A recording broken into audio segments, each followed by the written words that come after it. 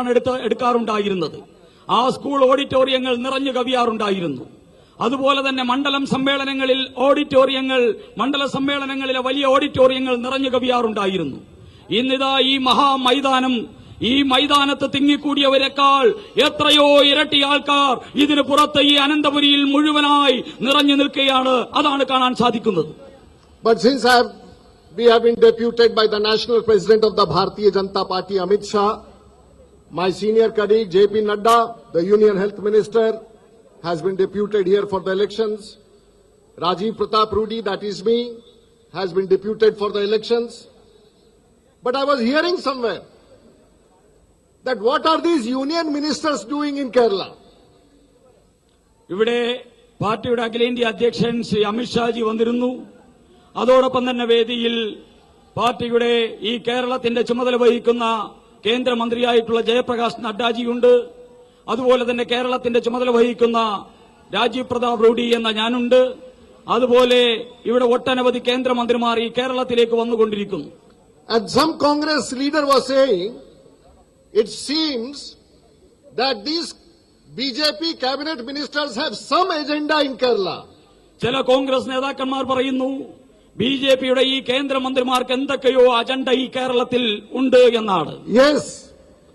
അതെ, ഉണ്ട്. We have an agenda in Kerala, and our agenda in Kerala is to throw out the UDF government, to throw out the LDF government and form an NDA government. To throw out the LDF government and form an NDA government. ആർക്കും സംശയം വേണ്ട, വ്യക്തമായ ഒരു അജണ്ടയുണ്ട്. ആ agenda എന്താണെന്ന് ചോദിച്ചാൽ വലതുപക്ഷത്തെ തൂത്തുദൂരേക്കെറിയുക, ഇടതുപക്ഷത്തെ തൂത്തുദൂരേക്കെറിയുക, NDAയുടെ ഒരു ഭരണകൂടം ഈ കേരളത്തിൽ സൃഷ്ടിക്കുക എന്നതാണ് agenda. But I must tell who I am. I have been a minister in Vajpayee's government. Today I am a skill minister and parliamentary affairs minister in Narendra Modi's government. Nadda Sahab is the health minister. But the state of Kerala may not be knowing us. But do you know the reason why the BJP leaders are not recognized? Do you want to know the reason? ഞാൻ അതിനു മുമ്പ് തന്നെ ഞാൻ ആരാണ് എന്ന് പറയാൻ ആഗ്രഹിക്കുന്നു. ഞാൻ വാജ്പേയി സർക്കാരിന്റെ കാലഘട്ടത്തിൽ മന്ത്രിയായിരുന്നു. ഇന്ന് കേന്ദ്ര പാർലമെന്ററി കാര്യ സ്കിൽ മന്ത്രിയാണ്. ഇവിടെ സന്നിഹിതനായിരിക്കുന്ന ശ്രീ ജയപ്രകാശ് നഡ്ഡാജി കേന്ദ്ര ആരോഗ്യ വകുപ്പ് മന്ത്രിയാണ്. The reason is, when you talk about the Bharatiya Janata Party, you don't recognize us. The reason is, when you talk about the Bharatiya Janata Party, when you talk about the leadership of the Bharatiya Janata Party, for him, country is first, party is second, and the leader is last. പ്രിയപ്പെട്ടവരെ, ഭാരതീയ ജനതാ പാർട്ടിയെ സംബന്ധിച്ചിടത്തോളം ആദ്യം രാജ്യമാണ്, പിന്നെയാണ് party, അത് കഴിഞ്ഞ് വ്യക്തി അവസാനമാണ്. അതാണ് പാർട്ടിയുടെ ബിജെപിയുടെ സമീപനം. For all other political parties, self is first, family is second, and country is last. This is the difference between Bharatiya Janata Party. മറ്റെല്ലാ രാഷ്ട്രീയ പാർട്ടികളെ സംബന്ധിച്ച് ഞാനാണ് ആദ്യം, എന്റെ കുടുംബം രണ്ടാമത്, അവസാനമുള്ള സാധനമാണ് രാഷ്ട്രം. അതാണ് ബിജെപിയും മറ്റ് രാഷ്ട്രീയ പാർട്ടികളും തമ്മിലുള്ള വ്യത്യാസം. I forgot to introduce myself in a very bad way. That is not the right way. And when I talk about the family, it is a privilege to inform that Rajiv Pratap Rudy is the same person who defeats Rabdi Devi and Lalu Yadav. So I am here on stage in front of you. ഞാൻ എന്നെ പരിചയപ്പെടുത്തുന്ന കാര്യത്തിൽ ഞാൻ മറന്നുപോയി. ഞാൻ രാജീവ് പ്രതാപ് റൂഡി എന്ന് പറയുന്ന ഞാനാണ് ബീഹാറിലെ റാബ്രി ദേവിയെ പരാജയപ്പെടുത്തി പാർലമെന്റിലേക്ക് എത്തിയ ബിജെപി നേതാവ്. But when I was saying the difference, you look at Mayawati. Her family starts from Mayawati, ends in Mayawati. You look at Mulayam Singh Yadav. It starts in a family from Mulayam Singh Yadav. It goes to Akhilesh Yadav and ends at Ram Gopal Yadav. You look at Lalu Yadav. It starts at Lalu Yadav, goes to Rabdi Devi, then to Misa Yadav, and it ends at Tejasvi Yadav. നിങ്ങൾ ഈ മറ്റ് രാഷ്ട്രീയ പാർട്ടികൾ എടുക്കുക.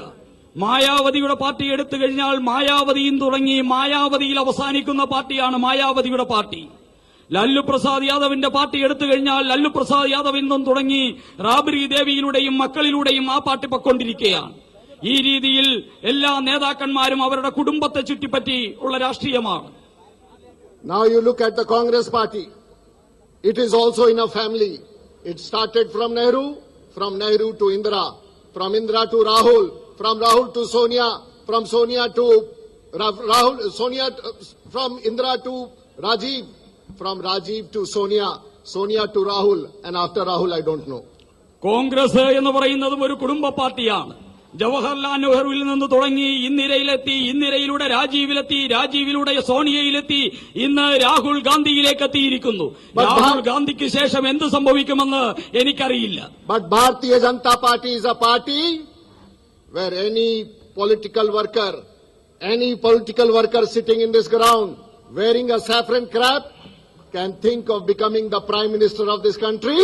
This is the difference between Bharatiya Janata Party and other political parties. പ്രിയപ്പെട്ടവരെ, Bharatiya Janata party എന്താണെന്ന് ചോദിച്ചാൽ ഈ മൈതാനത്തിൽ തലയിൽ കാവിത്തൊപ്പിയുമായിട്ട് തിങ്ങി നിറഞ്ഞിരിക്കുന്ന ഏതൊരു പ്രവർത്തകനും ഇന്ത്യയുടെ പ്രധാനമന്ത്രി വരെയാകാം എന്ന രീതിയിലേക്കുള്ള ഒരു പാർട്ടിയാണ് Bharatiya Janata party. And today we have a Prime Minister who was a common political worker like one of you sitting in this crowd. And today we have a son of a tea seller who has become the Prime Minister of the country. This is the Bharatiya Janata Party. പ്രിയപ്പെട്ടവരെ, ഇന്ന് നമുക്കൊരു പ്രധാനമന്ത്രിയുണ്ട്. ആ പ്രധാനമന്ത്രി ഒരിക്കൽ ഇതുപോലെ തടിച്ചുകൂടിയ പ്രവർത്തകരിൽ ഒരാളായിരുന്ന വ്യക്തിയാണ് ഇന്ന് ഇന്ത്യയുടെ പ്രധാനമന്ത്രിയായിരിക്കുന്നത്. ഒരു കേവലം ചായക്കടക്കാരന്റെ മകന് ഇന്ത്യയുടെ പ്രധാനമന്ത്രിയാകാമെന്ന് തെളിയിച്ച പാർട്ടിയാണ് Bharatiya Janata party. People in Delhi ask you, where are you going? Where is BJP in Kerala? I only want to tell them that BJP today, because we started the Bharatiya Janata Party in the 1980, we just had 2 members of parliament in 1984. From 1984 to 2014, from 2 members of parliament, today Bharatiya Janata Party is the largest political party with a majority of 282 members of parliament. ഡൽഹിയിൽ നിന്ന് കേരളത്തിലേക്ക് വരുമ്പോൾ എന്റെ ഡൽഹിയിലെ സുഹൃത്തുക്കൾ ചോദിക്കുന്നു, എന്തിനാണ് കേരളത്തിലേക്ക് പോകുന്നത്? കേരളത്തിൽ ബിജെപിയുടെ പ്രസക്തി എന്ത് എന്നാണ് ചോദിക്കുന്നത്. പ്രിയപ്പെട്ടവരെ, 1980 ആരംഭിച്ച ഭാരതീയ ജനതാ പാർട്ടി 1984 തെരഞ്ഞെടുപ്പിൽ കേവലം 2 സീറ്റാണ് നേടിയത്. 1984 2 സീറ്റ് നേടിയെങ്കിൽ ഇന്ന് 2014 ആയപ്പോൾ അത് 282 സീറ്റായി മാറിയിരിക്കുന്നു. Today Bharatiya Janata Party has a government in Goa. Today Bharatiya Janata Party has a chief minister in Goa. Today Bharatiya Janata Party has a chief minister in Maharashtra. Today Bharatiya Janata Party has a chief minister in Madhya Pradesh. Today Bharatiya Janata Party has a chief minister in Chhattisgarh. Today Bharatiya Janata Party has a chief minister in Rajasthan. Today Bharatiya Janata Party has a chief minister in Jharkhand. Today Bharatiya Janata Party has a chief minister in Gujarat. Today Bharatiya Janata Party has, even in a state like Haryana, where we had only 4 members of parliament, 4 members of assembly, today Bharatiya Janata Party has a government on its own majority, even in the state of Haryana. Bharatiya Janata പാർട്ടിക്ക് ഗോവയിലും മഹാരാഷ്ട്രയിലും ഛത്തീസ്ഗഡിലും ജാർഖണ്ഡിലും അതോടൊപ്പം തന്നെ മധ്യപ്രദേശിലും രാജസ്ഥാനിലും മാത്രമല്ല, കേവലം 4 MLA-മാർ മാത്രമുണ്ടായിരുന്ന ഹരിയാനയിലും ഇന്ന് ഭാരതീയ ജനതാ പാർട്ടിയാണ് ഭരിച്ചുകൊണ്ടിരിക്കുന്നത്. അവിടെയും ഭാരതീയ ജനതാ പാർട്ടിയാണ് മുഖ്യമന്ത്രി. Even in a state like Punjab, Bharatiya Janata Party has a government and Bharatiya Janata Party has a deputy chief minister. Punjab പോലെയുള്ള സംസ്ഥാനത്തും ഭാരതീയ ജനതാ പാർട്ടിക്ക് സർക്കാരുണ്ട്. ഭാരതീയ ജനതാ പാർട്ടിയാണ് അവിടുത്തെ ഉപമുഖ്യമന്ത്രി സ്ഥാനം ബിജെപിക്കാണ്. And do not forget, even in Jammu Kashmir, today Bharatiya Janata Party has a deputy chief minister and Bharatiya Janata Party has a government in state of Jammu Kashmir. ആരും മറക്കണ്ട, ജമ്മു കാശ്മീരിൽ പോലും ഭാരതീയ ജനതാ പാർട്ടിക്ക് സർക്കാരുണ്ട്. ഭാരതീയ ജനതാ പാർട്ടിയാണ് അവിടുത്തെ ഉപമുഖ്യമന്ത്രി. And there are many states like Delhi, Himachal Pradesh, where we have formed government, and we are going to form a government in Himachal Pradesh also. We will form a government in Delhi also. But today, time is not far off when Kerala will see a Bharatiya Janata Party government. No one can stop it. The writings are on the wall. നമുക്ക് പഞ്ചാബിലും ഹരിയാനയിലും ഉൾപ്പെടെ സർക്കാരുകൾ ഉണ്ടാക്കാൻ സാധിക്കും. ഡൽഹിയിൽ ഉൾപ്പെടെ സർക്കാരുകൾ ഉണ്ടാക്കാൻ സാധിക്കും. And we ഇത് have, കേരളത്തിന്റെ സമയമാണ്. കേരളത്തിൽ ബിജെപി അധികാരത്തിലെത്തുന്ന സമയമാണ്. we have the honest leadership like Mr. O. Rajgopal. And we have a hero today. We have a hero as a leader. We have our Kumanam Rajshekharan. The most popular face emerging in the state of Kerala is our leadership. Mr. Rajshekharan is here. The choice of the future of Kerala is sitting on this stage. പ്രിയപ്പെട്ടവരെ, സത്യസന്ധതയുടെ പ്രതീകമായിട്ടുള്ള Shri O Rajagopal എന്ന് പറയുന്ന നേതാവ് നമുക്കുണ്ട്. അതുപോലെ തന്നെ കേരളത്തിലെ ജനങ്ങൾക്കിടയിൽ ഏറ്റവും സർവരാലും സമ്മതിക്കപ്പെടുന്ന ജനനായകനായിട്ട് മാറിക്കഴിഞ്ഞ ശ്രീ കുമ്മനം രാജശേഖരൻ നമ്മുടെ സ്റ്റേജിലുണ്ട്. ഈ കേരളത്തിന്റെ ഭാവി ശ്രീ കുമ്മനം രാജശേഖരനും നമ്മുടെ ഈ സ്റ്റേജിലുണ്ട് എന്ന് ഞാൻ ഓർമ്മിപ്പിക്കുന്നു. And we have a hero like Srishnath. We also have a real-time hero like Suresh Gopi. All are there with us.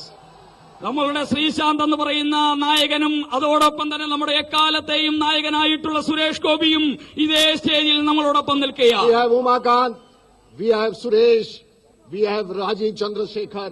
Look, the size of the stage is growing as the BJP is growing all over the state of Kerala. വേദിയിലിരിക്കുന്ന നിരവധി നേതാക്കന്മാരിലേക്ക് നോക്കുക.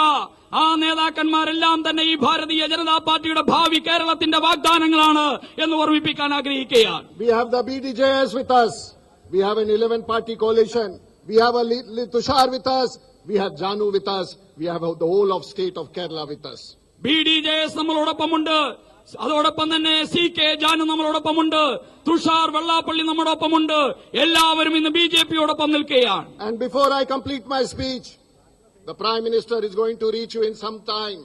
But I want to tell you, where will you find a Prime Minister when there is a flood in Jammu Kashmir?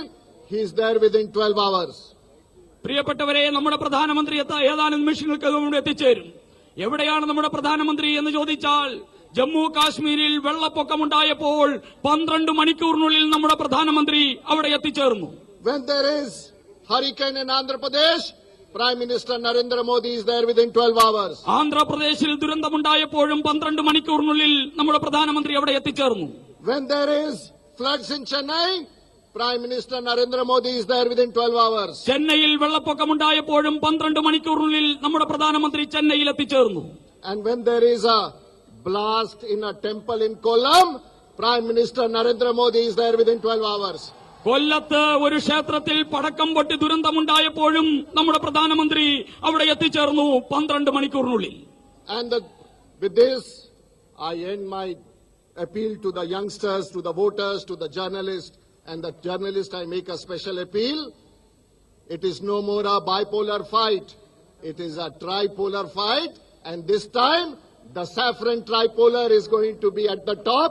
Wait and watch. The victory is for the Bharatiya Janata Party and NDA. We have the leadership with us. Thank you very much. പ്രിയപ്പെട്ടവരെ, ഇവിടെ കൂടിയിരിക്കുന്ന പ്രവർത്തകരോട് മാത്രമല്ല, ബഹുമാന്യരായിട്ടുള്ള മാധ്യമ പ്രവർത്തകരോടുമായിട്ട് ഞാൻ പറയുന്നു, ഈ തെരഞ്ഞെടുപ്പ് രണ്ട് മുന്നണികൾ തമ്മിലുള്ള തെരഞ്ഞെടുപ്പല്ല. ഇത് ശക്തമായിട്ടുള്ള ത്രികോണ മത്സരമാണ് ഈ അസംബ്ലിയിൽ നടക്കുന്നത്. ഈ മത്സരം കഴിയുമ്പോൾ NDAയുടെ നേതൃത്വത്തിലുള്ള മുന്നണി ഈ കേരളത്തിലെ ഏറ്റവും ശക്തമായിട്ടുള്ള മുന്നണിയായിട്ട് മാറുമെന്നുള്ള കാര്യത്തിൽ ആർക്കും സംശയം വേണ്ട എന്ന് ഞാൻ അഭ്യർത്ഥിക്കുകയാണ്.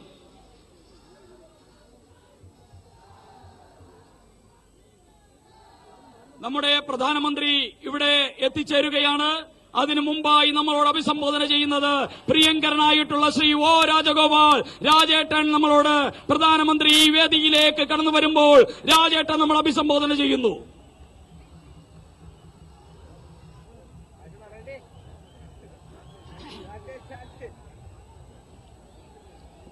വേദിയിലും സഭയിലും സന്നിഹിതരായിട്ടുള്ള വിശിഷ്ട വ്യക്തികളെ, സഹപ്രവർത്തകരെ, സുഹൃത്തുക്കളെ, പ്രിയപ്പെട്ട അമ്മമാരെ, എല്ലാവർക്കും എന്റെ വിനീതമായ നമസ്കാരം. ഹെലികോപ്റ്റർ വന്നിട്ടേ ഉള്ളൂ. അത് ഇറങ്ങി ഇവിടെ എത്താൻ അല്പം സമയം പിടിക്കും. അക്ഷമരാവേണ്ട ആവശ്യമില്ല. ഏതാനും മിനിറ്റ്, 1-2 മിനിറ്റ് മാത്രമേ ഞാൻ സംസാരിക്കാൻ ഉദ്ദേശിക്കുന്നുള്ളൂ. ഏതായാലും ഒരൊറ്റ കാര്യം മാത്രമേ പറയാനുള്ളൂ. രാഷ്ട്രീയ കാര്യങ്ങളൊക്കെ എന്റെ സഹപ്രവർത്തകരും അഖിലേന്ത്യാ രാഷ്ട്രീയം നമ്മുടെ ബഹുമാനപ്പെട്ട പ്രധാനമന്ത്രിയും എല്ലാം വിശദീകരിക്കുന്നുണ്ടായിരിക്കും. ഒരു കാര്യം ഇവിടെ എവിടെ പോകുന്ന അവസരത്തിലും ഏത് ഭാഗത്ത് പോകുമ്പോഴും എല്ലാ ഭാഗത്തും എല്ലാ പാർട്ടിക്കാരും പറഞ്ഞു കേൾക്കുന്ന ഒരു കാര്യം, ഇവിടെ ഒരു മാറ്റം ആവശ്യമാണ്. കേരളത്തിന് മാറ്റത്തിന്റെ സമയമായിരിക്കുന്നു. അതാണ് എല്ലാവരും ഏകസ്വരത്തിൽ പറയണത്. ഇത് പറയുന്ന അവസരത്തിൽ UDFകാർ വിശ്വസിക്കുന്നു മാറ്റം എന്ന് വെച്ചാൽ അർത്ഥം, മാറ്റം എന്ന് വെച്ചാൽ ഇതുവരെ സാധാരണ 5 കൊല്ലം UDF, പിന്നെ 5 കൊല്ലം LDF, പിന്നെ UDF, അങ്ങനെ മാറിക്കൊണ്ടിരിക്കും. ആ മാറ്റമാണ് ഉദ്ദേശിക്കുന്നത്. UDF പറയുന്നു അതിനൊരു മാറ്റം ഉണ്ടാവും, ഞങ്ങൾക്ക് ഭരണ തുടർച്ചയുണ്ടാവും, ഒരിക്കലല്ല ഇനിയും തുടർച്ചയായിട്ട് ഇനിയും ഭരിക്കും. അതാണ് മാറ്റം എന്നാണ് UDFും ബഹുമാനപ്പെട്ട മുഖ്യമന്ത്രിയും പറയണത്. അവരങ്ങനെ ചിന്തിക്കുന്നതിൽ അത്ഭുതമൊന്നുമില്ല. കാരണം 5 കൊല്ലം ഭരിച്ച് കേരളത്തിലൊരു വലിയ റെക്കോർഡ് ഉണ്ടാക്കിയിരിക്കുകയാണ്. അഴിമതിയുടെ കാര്യത്തിൽ മുമ്പ് ഒരു സർവകാല റെക്കോർഡാണ് കേരളത്തിൽ ഉണ്ടാക്കിയിട്ടുള്ളത്. എല്ലാ മന്ത്രിമാരും, ഒരു മന്ത്രി ഒഴിച്ച് മറ്റെല്ലാ മന്ത്രിമാരും അഴിമതിയിൽ മുങ്ങിക്കുളിച്ച് കേസുകൾ നേരിട്ടുകൊണ്ടിരിക്കുന്ന, അഴിമതിയിൽ മുങ്ങിക്കുളിച്ച കാര്യത്തിൽ, അഴിമതിയുടെ കാര്യത്തിൽ റെക്കോർഡ് ഉണ്ടാക്കിയിരിക്കുകയാണ്. ഇതാണ് വസ്തുതയുള്ളത്. അപ്പൊ അതുകൊണ്ട് അതിനൊരു മാറ്റം വേണം ഈ രാജ്യത്തിലെ ജനങ്ങൾ ആഗ്രഹിക്കുന്നു. അതല്ലാതെ ഈ 5 കൊല്ലം ഭരിച്ചു, ഇനിയും ഒരു 5 കൊല്ലം കൂടി ഭരിക്കാൻ കിട്ടിയാൽ ഇനിയും കുറെ സമ്പാദിക്കാം, നല്ല കൊള്ളയ്ക്കുള്ള അവസരമായി അതാണങ്ങനെ കരുതുന്നതെങ്കിൽ അത് നടക്കാൻ പോകുന്നില്ല. ഈ രാജ്യത്തിലെ ജനങ്ങൾ ഈ സർക്കാരിനെ ഭ്രഷ്ടമാക്കാൻ പോകുന്നത്, അധികാരസ്ഥാനത്ത് നീക്കാൻ വേണ്ടി പോകുന്നത് അഴിമതിയിൽ മുങ്ങിക്കുളിച്ച ഗവൺമെന്റിനെ ജനങ്ങൾ പൊറുക്കില്ല. അത് 2014 തെളിയിച്ചു കഴിഞ്ഞ കാര്യമാണ്. കോൺഗ്രസിന് വലിയ ഭൂരിപക്ഷമുണ്ടായിരുന്നു. അങ്ങനെയുള്ള ഗവൺമെന്റിനാണ് അന്ന് മൻമോഹൻ സിംഗിന്റെ കീഴിലുള്ള ഗവൺമെന്റ്, അതിനെതിരെ എത്രമാത്രം അഴിമതി ആരോപണങ്ങൾ, കോള്, അതേമാതിരി തന്നെ സ്കാം ആഫ്റ്റർ സ്കാം, ഒന്നിനു പുറകെ ഒന്നായിട്ടുള്ള അഴിമതി നിറയെ നടന്നിട്ടുണ്ടായിരുന്നു. അവസാനം തെരഞ്ഞെടുപ്പ് വന്നപ്പോ എന്തായിരുന്നു? ബിജെപിയുടെ നേതാവായിട്ട് ഒരു ചായക്കാരൻ, ചായക്കട നടത്തിയിട്ടുള്ള ഒരാളാണ് പ്രധാനമന്ത്രി സ്ഥാനാർത്ഥി എന്ന് പറഞ്ഞപ്പോ കോൺഗ്രസുകാർ വിചാരിച്ചു ഞങ്ങളുടെ പണി വളരെ എളുപ്പമായി. ഒരു ചായക്കടക്കാരന് എന്ത് സ്ഥാനമുള്ളത്, അയാളെ നിഷ്പ്രയാസം പരാജയപ്പെടുത്താം, ഞങ്ങളുടെ പകുതി പണി കഴിഞ്ഞു എന്നാണ് കരുതിയത്. പക്ഷെ ജനങ്ങളുടെ മനസ്സിൽ വ്യക്തമായ ചിത്രമുണ്ട്. ഈ രാജ്യം ഭരിച്ച് മുടിച്ചിട്ടുള്ള കോൺഗ്രസിനെ അധികാരഭ്രഷ്ടമാക്കാൻ ജനങ്ങൾ തീരുമാനിച്ചു. അതിനുവേണ്ടി പ്രതീകമായിട്ട് നരേന്ദ്രമോദി അഴിമതിയുടെ കറ പുരളാത്ത, അങ്ങനെയുള്ള സംശുദ്ധ ഭരണം ഗുജറാത്തിൽ കാഴ്ചവെച്ച ഒരാൾ മുന്നോട്ട് വന്ന അവസരത്തിൽ ഈ രാജ്യത്തിലെ പിന്നോക്ക വിഭാഗക്കാർ മാത്രമല്ല, എല്ലാ വിഭാഗം ജനങ്ങളും, സ്ത്രീകളും ആദിവാസികളും സർവരും ഒന്നിച്ചു വന്നുകൊണ്ട് ആ സർക്കാരിനെ പുറത്താക്കി. ഇത് സംഭവിച്ചു. ഇതുപോലൊരു വലിയ മാറ്റത്തിന് കേരളം തയ്യാറായിക്കൊണ്ടിരിക്കുകയാണ്. എവിടെ പോയാലും കാണാൻ സാധിക്കും. ഈ മാറ്റം ഒരു വെറും ചില്ലറ മാറ്റമല്ല. ഞാൻ പറയുന്നു, ഇത് ഈ തെരഞ്ഞെടുപ്പിൽ കൂടി വരാൻ പോകുന്നത് ഒരു സമാധാനപരമായ ഒരു വിപ്ലവമാണ്. രക്തച്ചൊരിച്ചിലില്ലാതെ സമാധാനത്തിന്റെ മാർഗത്തിൽ കൂടി ജനങ്ങളുടെ മുഴുവൻ പങ്കാളിത്തത്തോടുകൂടി ഒരു വലിയ മാറ്റം വരാൻ പോവുകയാണ്. ആ മാറ്റത്തിനെ തടഞ്ഞു നിർത്താൻ ഇവർക്ക് ആർക്കും സാധ്യമല്ല. കമ്മ്യൂണിസ്റ്റുകാരും വിചാരിക്കേണ്ട ഞങ്ങൾക്കിനി പഴയ പോലെ കോൺഗ്രസിന്റെ ടേൺ കഴിഞ്ഞു, ഇനി ഞങ്ങൾക്ക് ചാൻസാണ് കൊള്ളയ്ക്ക്. നടക്കാൻ പോകുന്നില്ല. ഈ രാജ്യത്തിലെ ജനങ്ങൾ കോൺഗ്രസും കമ്മ്യൂണിസ്റ്റും അവരെ ഒരേ തൂവൽ പക്ഷികളാണ്, ഒരേ നാണയത്തിന്റെ 2 വശങ്ങളാണ്. അവര് തമ്മിൽ ഒരു വ്യത്യാസവുമില്ല എന്ന് കഴിഞ്ഞ 60 കൊല്ലത്തെ ഭരണത്തിന്റെ അനുഭവത്തിന്റെ വെളിച്ചത്തിൽ അവർക്ക് ബോധ്യമായിട്ടുള്ള കാര്യമാണ്. ഇപ്പൊ പറഞ്ഞത് UDF പറയണത്, പരസ്യം പറയണത്, ഇന്നിപ്പോ വികസനം കൊണ്ടുവന്നിരിക്കുന്നു ഞങ്ങള്. ധാരാളം ചില കേസുകളൊക്കെ പറയുന്നുണ്ട്, പരാതികൾ, ചില പബ്ലിസിറ്റിയൊക്കെ കൊടുക്കുന്നുണ്ട്. പക്ഷെ ഒരു കാര്യം മാത്രം ഞാൻ തുറന്നു കാണിക്കാൻ ആഗ്രഹിക്കുന്നു. നമുക്കെല്ലാവർക്കും എല്ലാം അറിയാവുന്ന വിഴിഞ്ഞം തുറമുഖത്തിന്റെ കാര്യം. വിഴിഞ്ഞം തുറമുഖമാണ് ഈ UDF ഗവൺമെന്റ് അവിടെ വികസനത്തിന്റെ അജണ്ടയിൽ വലിയ നേട്ടമായിട്ട് അവതരിപ്പിക്കുന്നത്. പക്ഷെ ആ വിഴിഞ്ഞം തുറമുഖത്തിന്റെ കാര്യം, ഞാനൊരു കാര്യം പറയട്ടെ. UPA ഗവൺമെന്റ്, പഴയ കോൺഗ്രസ് ഗവൺമെന്റ്, സോണിയാഗാന്ധി പിന്തുണ നൽകിയ ഗവൺമെന്റ്, ആ ഗവൺമെന്റിന്റെ അവസാനത്തെ ഓർഡർ എന്തായിരുന്നു? ഈ ഭരണം വിട്ടുപോകുന്നതിന് തലേന്നാൾ അയച്ച ഓർഡർ എന്താണ്? വിഴിഞ്ഞം തുറമുഖം സാധ്യമല്ല, അത് വയബിളല്ല, അത് സാധ്യമല്ല എന്നുള്ള ഓർഡറാണ് അയച്ചിട്ടുള്ളത്. അതിനുശേഷം ഭാരതീയ ജനതാ പാർട്ടിയുടെ നേതാക്കന്മാര് ഡൽഹിയിൽ പോയി ആ വകുപ്പ് കൈകാര്യം ചെയ്യുന്ന ശ്രീ ഗഡ്കരിയെ നേരിട്ട് കണ്ട് കാര്യങ്ങൾ പറഞ്ഞപ്പോ അദ്ദേഹത്തിന് അത്ഭുതമായിരുന്നു. എന്താ ഈ പറയണത്? കേരളത്തിന് വിഴിഞ്ഞം വേണമെന്നോ? ഇവിടെ അതിന്റെ ഒരു കടലാസും കാണാനില്ലല്ലോ. ഇവിടെ അതെല്ലാം ക്ലോസ് ചെയ്തിരിക്കുന്നു. ഇവിടെ ആരും ആവശ്യപ്പെട്ടിട്ടില്ലല്ലോ എന്നാണ് പറഞ്ഞത്. എന്നിട്ട് ഞങ്ങൾ വീണ്ടും ആവശ്യപ്പെട്ടിട്ടാണ് ഇത് തുറന്നിട്ടുള്ളത്. ഈ സാഹചര്യത്തില് ഈ വിഴിഞ്ഞം വന്നാൽ അതിന്റെ ഉത്തരവാദി ഇവർക്ക് കോൺഗ്രസ് അല്ല, അതിന്റെ ഉത്തരവാദി നരേന്ദ്രമോദി ഭരിച്ചതുകൊണ്ട് മാത്രമാണ് ഈ വിഴിഞ്ഞം തുറമുഖം വന്നിട്ടുള്ളത്. ഈ കാര്യം നമ്മൾ മനസ്സിലാക്കണം. അപ്പൊ വിഴിഞ്ഞത്തെ പറ്റിയുള്ള കോൺഗ്രസിന്റെ വാചകമടി തനി കളവാണെന്നുള്ള കാര്യം നാം മനസ്സിലാക്കണമെന്ന് മാത്രമേ എനിക്ക് പറയാനുള്ളൂ. ബാക്കി നമ്മുടെ ആൾക്കാർ പറയും. നിങ്ങൾക്ക് എല്ലാവർക്കും എന്റെ വിനീതമായ നമസ്കാരം. മോദിജി നമ്മുടെ വേദിയിലേക്ക് എത്തുകയാണ്. അതിന് തൊട്ടു മുമ്പായി തുഷാർ വെള്ളാപ്പള്ളി നമ്മളോട് 2 വാക്ക് സംസാരിക്കുന്നു.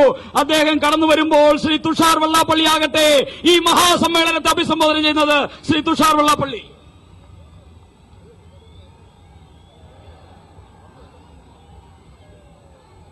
ബഹുമാനപ്പെട്ട അധ്യക്ഷൻ, വേദിയിലും സദസ്സിലുമുള്ള എൻഡിഎയുടെ നേതാക്കളെ, പ്രിയപ്പെട്ട സഹോദരങ്ങളെ, ഇന്നിപ്പോൾ LDF പറയുന്നത് ഞങ്ങൾ വരും ഉടൻ തന്നെ എല്ലാം ശരിയാക്കി തരാമെന്നാണ്. UDF പറഞ്ഞുകൊണ്ടിരിക്കുന്നത് തുടർഭരണം ഞങ്ങൾക്ക് തരണം, ഞങ്ങൾക്ക് തന്നു കഴിഞ്ഞാൽ ഈ രാജ്യത്ത് വലിയ എന്തോ വ്യത്യാസങ്ങൾ ഉണ്ടാക്കിയെടുക്കും എന്നാണ് ഇവർ പറഞ്ഞുകൊണ്ടിരിക്കുന്നത്. സ്വാഗതം സുസ്വാഗതം, സ്വാഗതം സുസ്വാഗതം, മോദിജിക്ക് സ്വാഗതം, മോദിജിക്ക് സ്വാഗതം, സ്വാഗതം സുസ്വാഗതം, അഭിവാദ്യങ്ങൾ അഭിവാദ്യങ്ങൾ, മോദിജിക്ക് അഭിവാദ്യങ്ങൾ, അഭിവാദ്യങ്ങൾ അഭിവാദ്യങ്ങൾ, മോദിജിക്ക് അഭിവാദ്യങ്ങൾ.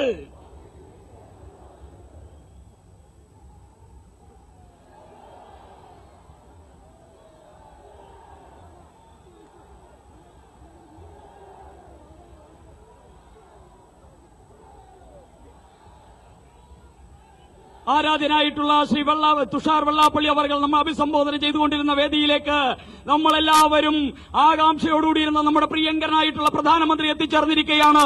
ഇന്ന് ഈ വേദിയിൽ ഇരിക്കുന്ന മുഴുവൻ ആൾക്കാരുടെയും സാന്നിധ്യത്തിൽ നമ്മുടെ പ്രധാനമന്ത്രിയും അതിനു മുന്നോടിയായിട്ട് പാർട്ടിയുടെ സമാരാധ്യനായിട്ടുള്ള സംസ്ഥാന അധ്യക്ഷൻ ശ്രീ കുമ്മനം രാജശേഖരൻ അവർകളുമാണ് നമ്മളോട് സംസാരിക്കുന്നത്. പ്രിയപ്പെട്ടവരെ, അതിനു മുൻപായിട്ട് ശ്രീ നരേന്ദ്രമോദിജിയെ അനന്തപുരിയിലേക്ക് നമുക്ക് ഹർഷാരവങ്ങളോടെ സ്വാഗതം ചെയ്യേണ്ടതുണ്ട്.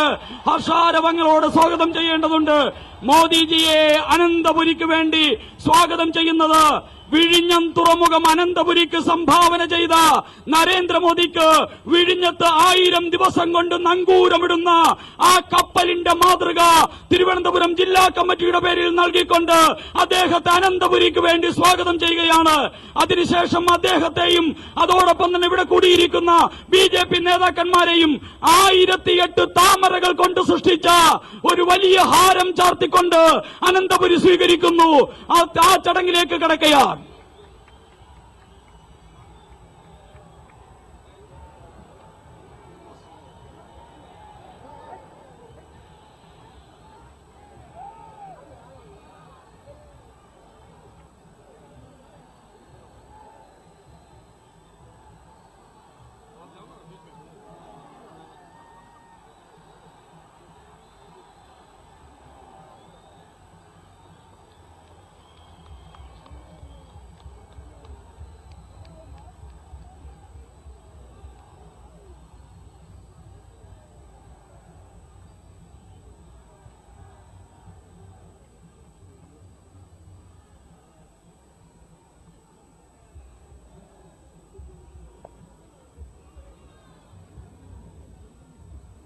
കേരളത്തിന്റെ ജനനായകൻ ആറന്മുളയുടെ സമരവീഥിയിൽ ഈ രാജ്യത്തിന്റെ പരിവർത്തനത്തിന്റെ ശംഖനാദം മുഴക്കിയ കുമ്മനം രാജശേഖരൻ ബിജെപി സംസ്ഥാന അധ്യക്ഷൻ നമ്മളോട് സംസാരിക്കുകയാണ്.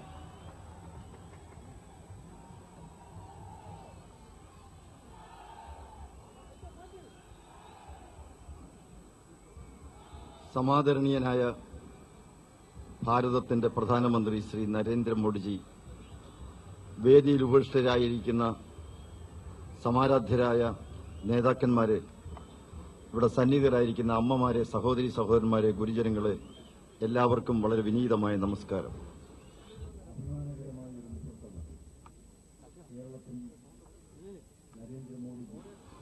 ഇന്ന് രാവിലെ കാസർഗോഡ്, കേരളത്തിന്റെ വടക്കേ അറ്റത്ത് കാസർഗോഡ് നിന്ന് പ്രയാണം ആരംഭിച്ച് വിവിധ യോഗങ്ങളിൽ പങ്കെടുത്തതിന് ശേഷം ഇങ്ങ് തെക്കേ അറ്റത്ത് നമ്മുടെ തലസ്ഥാന നഗരിയായ തിരുവനന്തപുരത്ത് നമ്മയെല്ലാം അഭിസംബോധന ചെയ്യാൻ വേണ്ടി എത്തിച്ചേർന്നിരിക്കുകയാണ്. ഈ നിമിഷം ധന്യമാണ്. ഒരിക്കലും നമ്മുടെ മനസ്സിൽ മരിക്കാത്ത ഓർമ്മകൾ സമ്മാനിച്ചുകൊണ്ടാണ് അദ്ദേഹത്തിന്റെ ഈ സാന്നിധ്യം. കേരളം ഒരു മാറ്റം ആഗ്രഹിക്കുകയാണ്. മാറിയേ തീരൂ. അദ്ദേഹത്തിന്റെ ധന്യവചസ്സുകൾ നമുക്ക് പ്രേരണയാണ്, പ്രചോദനമാണ്. ഈ കേരളം 60 വർഷം ഭരിച്ച LDFും UDFും മാറി മാറി ഭരിച്ചവർ കേരളത്തെ മുടിച്ചു. സാമ്പത്തികമായി നമ്മൾ തകർന്നു. 1,59,000 കോടി രൂപയുടെ കടക്കാരാണ് കേരളീയർ. ഇവിടുത്തെ വയലേലകളെല്ലാം ഇന്ന് മണ്ണിട്ട് മൂടിയത് മൂലം കൃഷി ചെയ്യാൻ നിവൃത്തിയില്ലാതായി. 43 നദികൾ വറ്റി വരണ്ടു കിടക്കുന്നു. കേരളത്തിന് ഈ കഴിഞ്ഞ 60 വർഷക്കാലം ഭരിച്ചവർ സമ്മാനിച്ചത് ഇതാണ്. ഈ കേരളത്തെ രക്ഷിക്കണം. ഭാരതത്തിന്റെ പ്രധാനമന്ത്രി നരേന്ദ്രമോദി ഈ കേരളത്തിലെത്തുന്നതോടെ കേരളത്തിലെ കോടിക്കണക്കിന് വരുന്ന ജനങ്ങൾ പ്രതീക്ഷയോടെ, പ്രത്യാശയോടെ, ആനന്ദത്തോടെ അവർ നൃത്തം ചവിട്ടുകയാണ്. കേരളത്തിൽ ഇന്ന് ഒരാനന്ദോത്സവമാണ്. കേരളം വിമോചിക്കപ്പെടുകയാണ്. LDFന്റെയും UDFന്റെയും നാളിതുവരെ അവർ ഇവിടെ കെട്ടിപ്പൊക്കിയ കരിങ്കൽ ഭിത്തികൾ, കോട്ടകൾ തച്ച് തകർത്തുകൊണ്ട് ഈ കേരളത്തിൽ വലിയൊരു ജനമുന്നേറ്റം നടക്കുകയാണ്. പ്രധാനമന്ത്രി പാലക്കാട് മിനിഞ്ഞാൻ എത്തിയപ്പോൾ തന്നെ കേരളത്തിൽ LDFും UDFും വിഭ്രാന്തിയിലാണ്. LDF പറയുന്നു BJPയുമായി UDFനാണ് ബന്ധം. UDF നേതാക്കന്മാർ പറയുന്നു LDFന് BJPയുമായിട്ട് ബന്ധം. രണ്ടു കൂട്ടരും LDFും UDFും BJPക്കെതിരെ തിരിയുകയാണ്. ഇതിനിടയിൽ മുഖ്യമന്ത്രി പറയുന്നു UDFും BJPയും തമ്മിലാണ് മത്സരം. VM സുധീരൻ പറയുന്നത് ഇവിടെ മത്സരം LDFും UDFും തമ്മിലാണ്. ഇവരൊക്കെ മാറ്റി മാറ്റി പറയുകയാണ്. പ്രധാനമന്ത്രി പാലക്കാട് എത്തിയപ്പോൾ തന്നെ ഇവിടെ നേതാക്കന്മാർ പരസ്പര വിരുദ്ധമായി സംസാരിച്ചു തുടങ്ങി. അതിന്റെ അർത്ഥം LDFന്റെയും UDFന്റെയും കൂടാരങ്ങളിൽ നിന്നും അത് ഛിന്നഭിന്നമായി അന്തഛിദ്രം ബാധിച്ച് എന്ത് ചെയ്യണമെന്നറിയാൻ പാടില്ലാതെ ആകെ വിഭ്രാന്തിയിൽപ്പെട്ട് ആശയക്കുഴപ്പത്തിൽപ്പെട്ട് LDFും UDFും പിച്ചും പേയും പറഞ്ഞുകൊണ്ട് അതിന്റെ നേതാക്കന്മാർ ഇപ്പോൾ പറഞ്ഞുകൊണ്ട് നടക്കുകയാണ്. അവർ ശ്രദ്ധ തിരിക്കാനാണ്. ജിഷയുടെ കൊലപാതകം നടന്നു. ആ പെൺകുട്ടി നിരപരാധിയായ ഒരു പെൺകുട്ടിയെ അതിനിഷ്ഠുരമായി സമാനതകളില്ലാതെ 32 വെട്ടുകൾ ഏറ്റ് മരണപ്പെട്ടു. ആ ജിഷ നമ്മോട് ചോദിക്കും, കുടുംബാംഗങ്ങൾ നമ്മോട് ചോദിക്കുന്നു, ഞങ്ങൾക്കൊരു വീടില്ലേ, ഞങ്ങൾക്ക് ഭൂമിയില്ലേ? മുഖ്യമന്ത്രി പറയുന്നത് എന്താണ്? ഇവിടെ ഭൂരഹിതരായിട്ട് ആരുമില്ല. 0 ലാൻഡ്ലെസ് കേരള. ഇവിടെ ഭൂരഹിതരായിട്ട് കേരളത്തിൽ ആരുമില്ല. എല്ലാവർക്കും ഞങ്ങൾ മിച്ചഭൂമി വിതരണം ചെയ്തു കൊടുത്തു. എല്ലാവർക്കും വീട്, ഭൂമി ഒക്കെ കൊടുത്തു. ജിഷയുടെ അമ്മ പറയുന്നു, ഞങ്ങൾക്ക് വീടില്ല, ഞങ്ങൾക്ക് സ്വന്തമായി വീടില്ല, ഞങ്ങൾക്ക് ഭൂമിയില്ല. ഭൂരഹിതർ കേരളത്തിൽ ധാരാളമുണ്ട് എന്നുള്ളതിന്റെ തെളിവാണ് ജിഷ. ഈ കേരളത്തിന്റെ മനസ്സാക്ഷിയുടെ മുന്നിൽ നിരവധി ചോദ്യങ്ങൾ ഇട്ടെറിഞ്ഞുകൊണ്ട് ഒരു ജ്വലിക്കുന്ന സ്മരണയായി നമ്മുടെ എല്ലാം ഹൃദയത്തിലുണ്ട്. ജിഷയ്ക്ക് മരണമില്ല. ജിഷ ജീവിക്കുന്നു. ഈ നാട്ടിലെ ജനങ്ങളുടെ ഹൃദയങ്ങളിൽ ജീവിക്കുന്നു. ആ കുടുംബത്തെ രക്ഷിക്കണം. ആ കുടുംബം അതിനെ ഉയർത്തിക്കൊണ്ടുവരണം. ഭൂമി വേണം, വീട് വേണം. അവിടുത്തെ MLA ചോദിച്ചു, ഭൂമി എവിടെ? അമ്മ ചോദിച്ചു, ഞങ്ങൾക്ക് ഭൂമി തരൂ. MLA ശ്രദ്ധിച്ചില്ല. ഞങ്ങൾക്കൊരു വീട് പണിത് തരൂ. MLA പറഞ്ഞു, നിങ്ങൾക്ക് വീട് തരാൻ ഞങ്ങൾക്ക് മനസ്സില്ല. കേരളത്തിലെ ജനങ്ങൾ NDA പറയുന്നു, ഞങ്ങൾക്ക് മനസ്സുണ്ട് ജിഷയ്ക്ക് വീട് പണിതു കൊടുക്കാൻ, ജിഷയ്ക്ക് ആലംബമായി, തുണയായി, സഹായിയായി, കൈക്ക് പിടിച്ചുയർത്തിക്കൊണ്ടുവരാൻ. ഈ കേരളത്തിലെ മർദ്ദിത, ചൂഷിത, ഇവിടത്തെ ഭൂമിയില്ലാത്തവർ, വെള്ളം കുടിക്കാൻ നിവൃത്തിയില്ലാത്തവർ, ഇവിടെ ദരിദ്രർ, ദളിതർ, ഈ നാട്ടിലെ അധസ്ഥിതർ, ഇവിടെ കഷ്ടപ്പെടുന്നവർ, ദുഃഖിക്കുന്നവർ, വേദനിക്കുന്നവർ, ദുരിതമനുഭവിക്കുന്നവർ, അവർക്ക് വേണ്ടി NDA പറയുന്നു, നിങ്ങൾക്ക് ഒരു മോചനമുണ്ട്. അത് NDA നൽകും. ഈ തെരഞ്ഞെടുപ്പിൽ, അടുത്ത തെരഞ്ഞെടുപ്പിൽ NDA വിജയിക്കും. ഇവിടെ LDFും UDFും തമ്മിലാണ് മത്സരമെന്ന് പറയുന്ന BM സുധീരനോടും കോടിയേരി ബാലകൃഷ്ണനോടും ഞാൻ പറയട്ടെ, നിങ്ങൾ തമ്മിലാണ് മത്സരം. കേരളത്തിന്റെ പ്രതിപക്ഷ നേതാവ് ആരായിരിക്കണം എന്നുള്ളതിനെക്കുറിച്ചാണ് നിങ്ങൾ തമ്മിലുള്ള മത്സരം. ഈ കേരളം ഭരിക്കാൻ പോകുന്നത് NDA ആണ്. എനിക്ക് മറ്റൊന്നും പറയാനില്ല. ഈ ഭാരതത്തിന്റെ പ്രധാനമന്ത്രി നിങ്ങളെ അഭിസംബോധന ചെയ്യാൻ പോവുകയാണ്. ഈ കേരളത്തെ ജനതയെ അഭിസംബോധന ചെയ്യാൻ പോവുകയാണ്. ഞാൻ വഴിമാറുകയാണ്. നിങ്ങൾക്കെല്ലാവർക്കും എന്റെ നമസ്കാരം. പ്രിയപ്പെട്ടവരെ, ചരിത്ര മുഹൂർത്തം ഇതാ നമ്മുടെ മുമ്പിലെത്തിയിരിക്കുകയാണ്. ലോകം മുഴുവൻ കേൾക്കാൻ ആഗ്രഹിക്കുന്ന ശബ്ദം, മോദിജിയുടെ ശബ്ദം. ലോകം മുഴുവൻ കാണാൻ ആഗ്രഹിക്കുന്ന വ്യക്തിത്വം, നരേന്ദ്രമോദിജി എന്ന വ്യക്തിത്വം ഇതാ നമ്മെ അഭിസംബോധന ചെയ്യുന്നു. അനന്തപുരിയിൽ ഒരുമിച്ച് കൂടിയിരിക്കുന്ന ലക്ഷോപലക്ഷം വരുന്ന ജനതയെ നമ്മുടെ പ്രിയങ്കരനായിട്ടുള്ള പ്രധാനമന്ത്രി നരേന്ദ്രമോദിജി അഭിസംബോധന ചെയ്യുന്നു. I am humbly requesting Shri Narendra Modi ji to deliver your speech on behalf of these grand audience. ഈ പ്രസംഗം വിവർത്തനം ചെയ്യുന്നത് പാർട്ടിയുടെ മുൻ സംസ്ഥാന അധ്യക്ഷൻ ശ്രീ V. മുരളീധരൻ അവർ.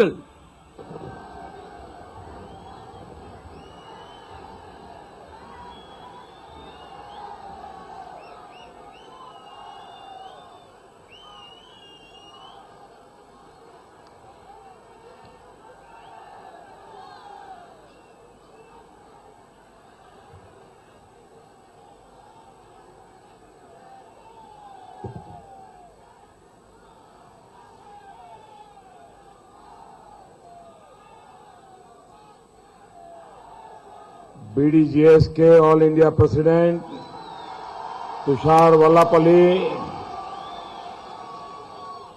भाजपा के प्रदेश अध्यक्ष श्रीमान कुम्मनम राजशेखरन,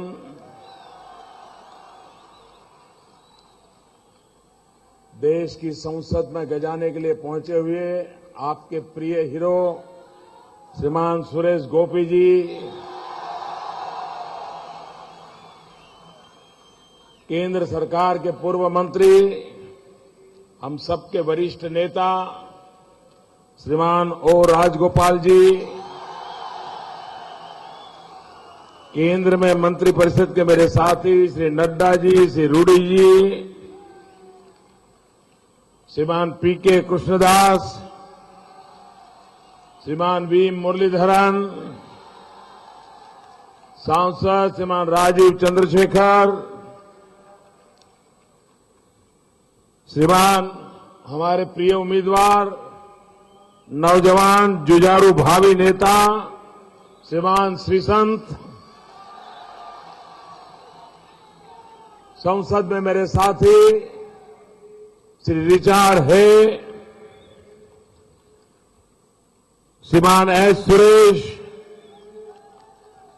भारतीय जनता पार्टी के उम्मीदवार श्रीमान राजीव प्रसाद, श्रीमान PV बाबा, श्रीमान TN सुरेश, श्रीमान राज शेषन, श्रीमान RV निखिल, श्रीमान पंचकारी सुरेंद्रन, श्रीमान SRM अजी, श्रीमान करमना जैन,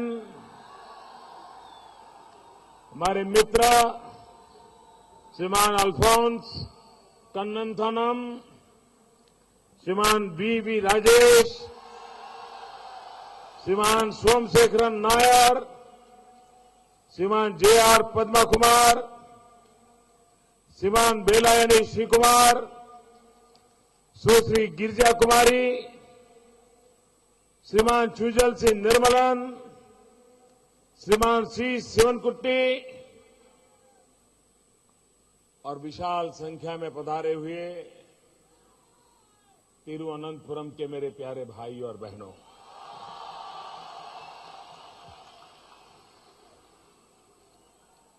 പ്രധാനമന്ത്രിയുടെ എല്ലാവരെയും അഭിസംബോധന ചെയ്തുകൊണ്ട് സംസാരിച്ചതിന് പരിഭാഷ ആവശ്യമുണ്ട് എന്നെനിക്ക് തോന്നുന്നില്ല. വേദിയിലിരിക്കുന്ന എങ്കിലും ഞാൻ ചുരുക്കത്തിൽ പറയാം. വേദിയിലിരിക്കുന്ന ഈ ഭാരതീയ ജനതാ BDJSന്റെ അഖിലേന്ത്യാ അധ്യക്ഷൻ ശ്രീ തുഷാർ വെള്ളാപ്പള്ളി, ഭാരതീയ ജനതാ പാർട്ടിയുടെ സംസ്ഥാന അധ്യക്ഷൻ ശ്രീ കുമ്മനം രാജശേഖരൻ അവർകൾ, പാർലമെന്റിനെ ഞെട്ടിക്കാൻ വേണ്ടി എത്തിയിരിക്കുന്ന നിങ്ങളുടെ നായകൻ ശ്രീ സുരേഷ് ഗോപി അവർകൾ,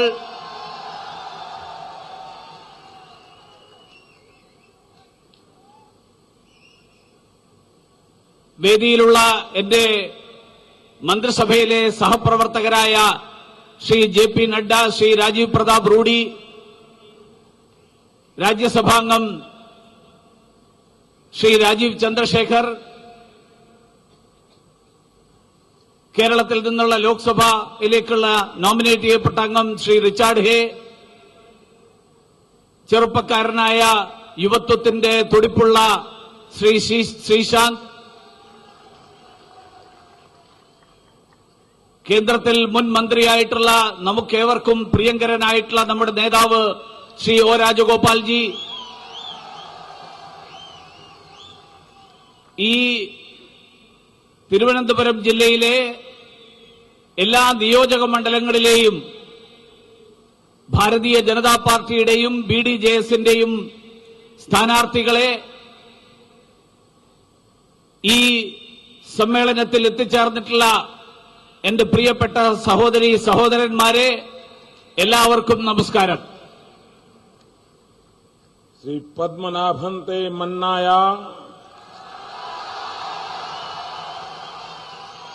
अनंतपुरुलियले एंते सहोदरी सहोदर नमर्को नमस्कारम.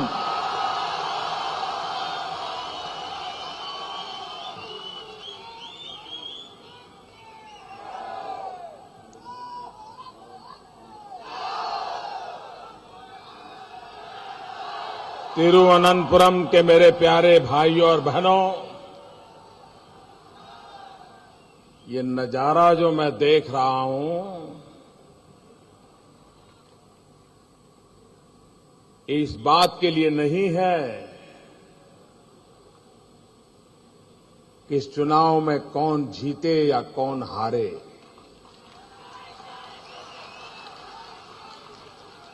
ये इस बात के लिए भी नहीं है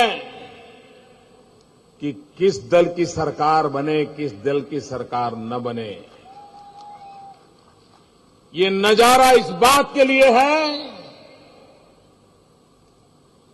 कि केरल का भविष्य क्या होगा, केरल के नौजवानों का भविष्य क्या होगा, केरल के मछुआरों का भविष्य क्या होगा, केरल के किसानों का भविष्य क्या होगा, केरल के माताओं बहनों का भविष्य क्या होगा, इसका निर्णय करने के लिए ये नजारा मैं देख रहा हूं. ഇവിടെ കാണുന്ന ഈ ദൃശ്യം ആര് ഈ തെരഞ്ഞെടുപ്പിൽ വിജയിക്കും, ആര് പരാജയപ്പെടും എന്നുള്ളതിനെ സംബന്ധിച്ചുള്ളതല്ല. ആര് സർക്കാർ ഉണ്ടാക്കും, ആർക്കുണ്ടാക്കാൻ പറ്റില്ല എന്നുള്ളതിനെ സംബന്ധിച്ചുമല്ല.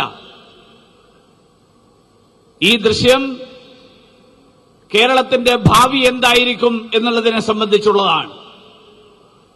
കേരളത്തിലെ അമ്മമാരുടെ, സഹോദരിമാരുടെ, കേരളത്തിലെ മത്സ്യബന്ധന മേഖലയിൽ പ്രവർത്തിക്കുന്നവരുടെ, കേരളത്തിലെ പാവപ്പെട്ടവരുടെ, കേരളത്തിലെ സാധാരണക്കാരന്റെ, അവരുടെയൊക്കെ ഭാവി എന്തായിരിക്കും എന്നുള്ളതിന്റെ ദൃശ്യമാണ് ആ ഒരു ചോദ്യമാണ് ഈ സദസ്സ് ഉയർത്തുന്നത്. एक जमाना था जब केरल की वाहवाही पूरी दुनिया में हुआ करती थी। यहां की पैदावार विश्व में उसका लोहा माना जाता था।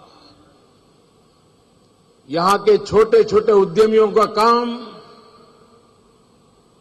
दुनिया में उसकी सराहना होती थी। लेकिन आजादी के बाद ऐसे लोगों के हाथ में केरल का भविष्य जा पड़ा कि वो पूरा सामर्थ्यवान काल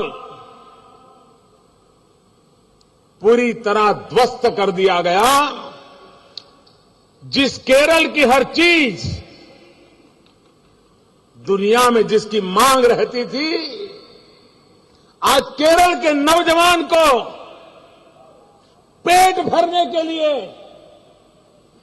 अपने बूढ़े मां बाप को छोड़ करके दुनिया के किसी देशों में जाकर के मजदूरी करने के लिए मजबूर होना पड़ता है।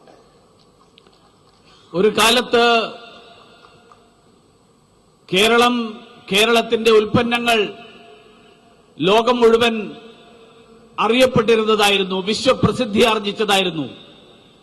കേരളത്തിന്റെ കാർഷിക മേഖല, ആ കാർഷിക മേഖല ലോകം മുഴുവൻ ജനങ്ങൾ അറിഞ്ഞിരുന്നു.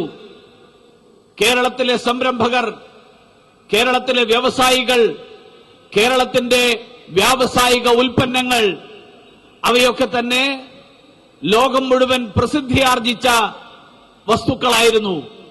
പക്ഷേ സ്വാതന്ത്ര്യം നേടിയതിനു ശേഷം അതെല്ലാം തന്നെ ആരുടെ കൈകളിലാണോ ഈ കേരളത്തിന്റെ ഭരണചക്രം എത്തിയത്, അവരുടെ ഇന്ന് ഈ നാട്ടിലെ ചെറുപ്പക്കാർ, പാവപ്പെട്ട അവരുടെ പ്രായം ചെന്ന അച്ഛനെയും അമ്മയെയും ഉപേക്ഷിച്ചുകൊണ്ട് കുടുംബം പുലർത്താൻ വേണ്ടി ലോകം മുഴുവൻ അവർക്ക് പോകേണ്ടി വരുന്ന ദുഃഖകരമായിട്ടുള്ള സാഹചര്യം, ആ സാഹചര്യമാണ് ഇന്നുള്ളത്.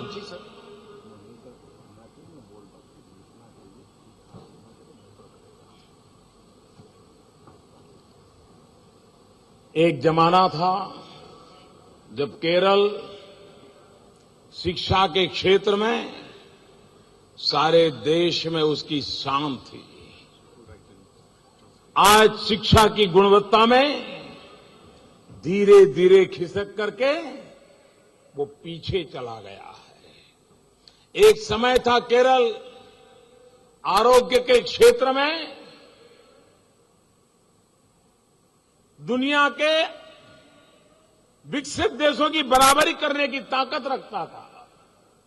आज वहां से खिसक करके उसका आंख नीचे गिरता चला गया है। ഒരു കാലത്ത് കേരളത്തിന്റെ വിദ്യാഭ്യാസ മേഖല ലോകം മുഴുവൻ പ്രസിദ്ധിയാർജിച്ചതായിരുന്നു. ഒരു കാലത്ത് കേരളത്തിന്റെ ആരോഗ്യരംഗം ലോകം മുഴുവൻ ആഗോള പ്രസിദ്ധിയാർജിച്ചതായിരുന്നു. ഇന്ന് ഈ മേഖലകളിലൊക്കെ തന്നെ കേരളം പുറന്തള്ളപ്പെട്ടുകൊണ്ടിരിക്കുകയാണ്. आज केरल में 1.5 लाख करोड़ से ज्यादा कर्ज केरल की जनता के सर पर पड़ा हुआ है।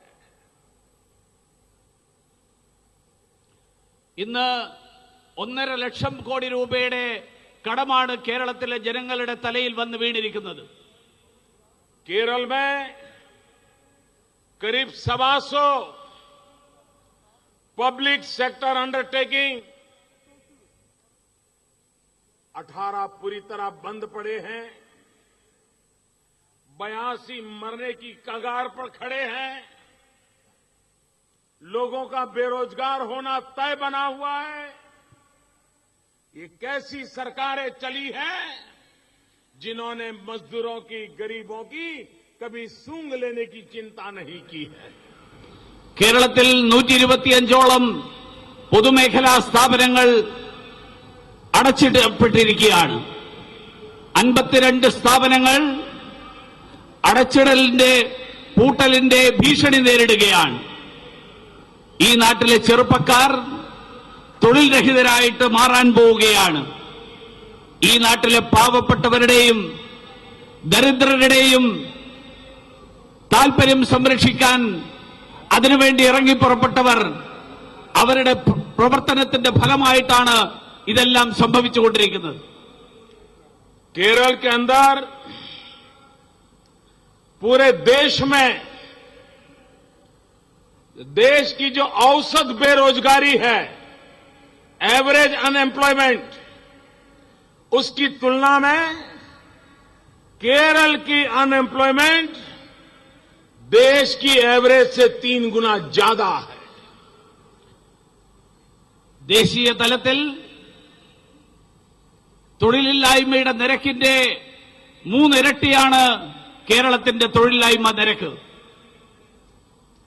यहां केरल की जनजातीय जनता, शेड्यूल्ड ट्राइब, उसमें जो चाइल्ड डेथ रेशियो है, सोमालिया से भी स्थिति खतरनाक है. കേരളത്തിലെ പട്ടികജാതി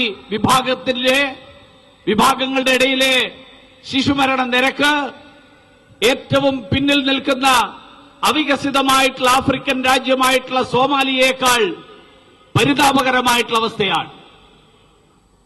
अभी कुछ दिन पहले मीडिया में एक दर्दनाक चित्र देखने को मिला, जो कम्युनिस्ट पार्टी का बहुत बड़ा मजबूत किला माना जाता है, जहां से नीचे से ऊपर तक कम्युनिस्ट पार्टी के लोग जीतते हैं. उस पेरावूर पंचायत में शेड्यूल्ड ट्राइब के बालक कूड़े के ढेर में भोजन की तलाश कर रहे हैं. ये दृश्य आज मीडिया में प्रचारित हुआ है. ഏതാനും ദിവസങ്ങൾക്ക് മുൻപ്, ഏതാനും ആഴ്ചകൾക്ക് മുൻപ് അത്യന്തം വേദനാജനകമായിട്ടുള്ള ഒരു ചിത്രം കാണാനിടയായി.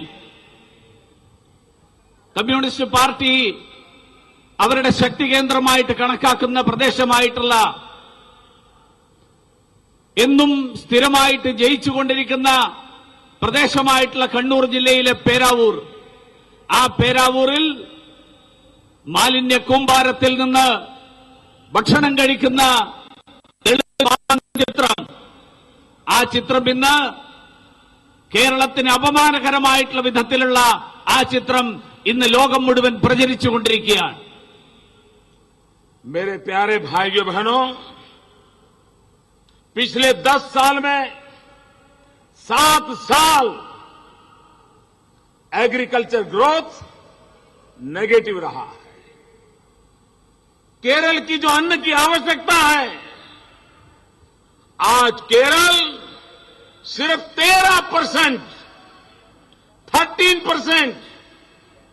अपने खाने के लिए पैदा कर पा रहा है. बाकी सारे का सारा बाहर से लाना पड़ रहा है. यहां के किसानों का हाल क्या होगा, इन आंकड़ों से पता चलता है. കഴിഞ്ഞ ഒരു ദശകത്തിനുള്ളിൽ 10-7 വർഷം കേരളത്തിന്റെ കാർഷിക വളർച്ച, ആ കാർഷിക വളർച്ചാ നിരക്ക് പിറകോട്ടായിരുന്നു. കേരളത്തിന്റെ കാർഷിക മേഖലയിലുള്ള ഉൽപാദനത്തിന്റെ വെറും 13%, കേരളത്തിന്റെ ഭക്ഷ്യവസ്തുക്കളുടെ ആവശ്യത്തിന്റെ കേവലം 13% ഈ കേരളത്തിൽ ഉൽപ്പാദിപ്പിക്കുന്നത്. അതിന്റെ ആവശ്യത്തിന്റെ ബാക്കി മുഴുവൻ മറ്റ് സംസ്ഥാനങ്ങളിൽ നിന്ന് ഇറക്കുമതി ചെയ്യേണ്ട ഒരു സാഹചര്യമാണ് ഇന്നുള്ളത്. केरल को जो बिजली की आवश्यकता है, आजादी के 70 साल के बाद भी 70% बिजली केरल को बाहर से लानी पड़ती है। ये केरल की हालत केरल के लेफ्ट और राइट ने करके रखी है। സ്വാതന്ത്ര്യത്തിന്റെ 70 വർഷങ്ങൾക്ക് ശേഷവും നമ്മുടെ വൈദ്യുതിയുടെ ആവശ്യത്തിന്റെ 70% മറ്റ് സംസ്ഥാനങ്ങളിൽ നിന്ന് നമുക്ക് കൊണ്ടുവരേണ്ടി വരുന്നു എന്ന് പറയുമ്പോൾ അതിന്റെ ഉത്തരവാദികൾ കേരളം ഭരിച്ചിട്ടുള്ള ഇടതും വലതും മുന്നണികളുടെ സംഭാവനയാണ്. तिरुवनंतपुरम के मेरे भाइयों बहनों, मैं आपको सवाल पूछता हूं, आप जवाब दोगे? തിരുവനന്തപുരത്തെ എന്റെ സഹോദരി സഹോദരന്മാരെ, നിങ്ങളോട് ഞാനൊരു ചോദ്യം ചോദിക്കാൻ ആഗ്രഹിക്കുകയാണ്. നിങ്ങൾ അതിന്റെ ഉത്തരം തരണം എന്ന് അഭ്യർത്ഥിക്കുകയാണ്. जवाब देंगे? जवाब देंगे? ये जो मैं मुसीबतों का एक आपको सैंपल बता रहा था, इन मुसीबतों का कारण क्या है? ഈ നമ്മൾ കടന്നുപോയിക്കൊണ്ടിരിക്കുന്ന വിഷമങ്ങളെക്കുറിച്ച് ഞാൻ സൂചിപ്പിച്ചു. ആ വിഷമങ്ങൾക്ക് കാരണം എന്താണ്? അതാണ് ചോദ്യം. क्या कारण है? क्या कारण है? मैं कारण बताता हूं. आपने देखा होगा जब पुलिस के लोग परेड करते हैं, आज जब फौजी परेड करते हैं तो खड़े खड़े वो मितकाल करते हैं. एक पैर ऊपर करते हैं, दूसरा करते हैं, ऐसे पैर ऊपर नीचे करते रहते हैं. उसको वो ऑर्डर देने वाला कहता है left right left right left right. ये केरल में 5 साल लेफ्ट 5 साल राइट, 5 साल लेफ्ट 5 साल राइट, और वो वहीं का वहां खड़ा रहा है. ये मेरा केरल, ये इनका जो लेफ्ट राइट चला है, आप वहीं के वहीं रह गए हैं. अब आगे बढ़ना है कि नहीं बढ़ना है? പട്ടാളത്തിലും പോലീസിലുമൊക്കെ അവർ പരേഡ് ചെയ്യുമ്പോൾ അവരുടെ പരേഡിലെ ഒരു പ്രത്യേക രീതിയിലുള്ള പരേഡിലെ എക്സസൈസ് ഉണ്ട്. ആ എക്സസൈസ് നിന്ന സ്ഥലത്ത് തന്നെ ലെഫ്റ്റ് റൈറ്റ് ചെയ്യലാണ്. മിതകാൽ, ആ മിതകാലിൽ മുന്നോട്ട് നടക്കുന്നില്ല, നിന്ന സ്ഥലത്ത് തന്നെ left right left right left right ചെയ്യുകയാണ്. കേരളത്തിൽ കഴിഞ്ഞ ഇത്രയും വർഷക്കാലം കേരളം ഈ ലെഫ്റ്റ് റൈറ്റ് ചെയ്തുകൊണ്ട് ഇടതുപക്ഷത്തെയും വലതുപക്ഷത്തെയും മാറി മാറി പരീക്ഷിച്ചുകൊണ്ട് കേരളം ഏത് സ്ഥലത്താണോ ഉണ്ടായിരുന്നത് അതേ സ്ഥലത്ത് തന്നെ കേരളം ഇന്നും നിൽക്കുകയാണ്.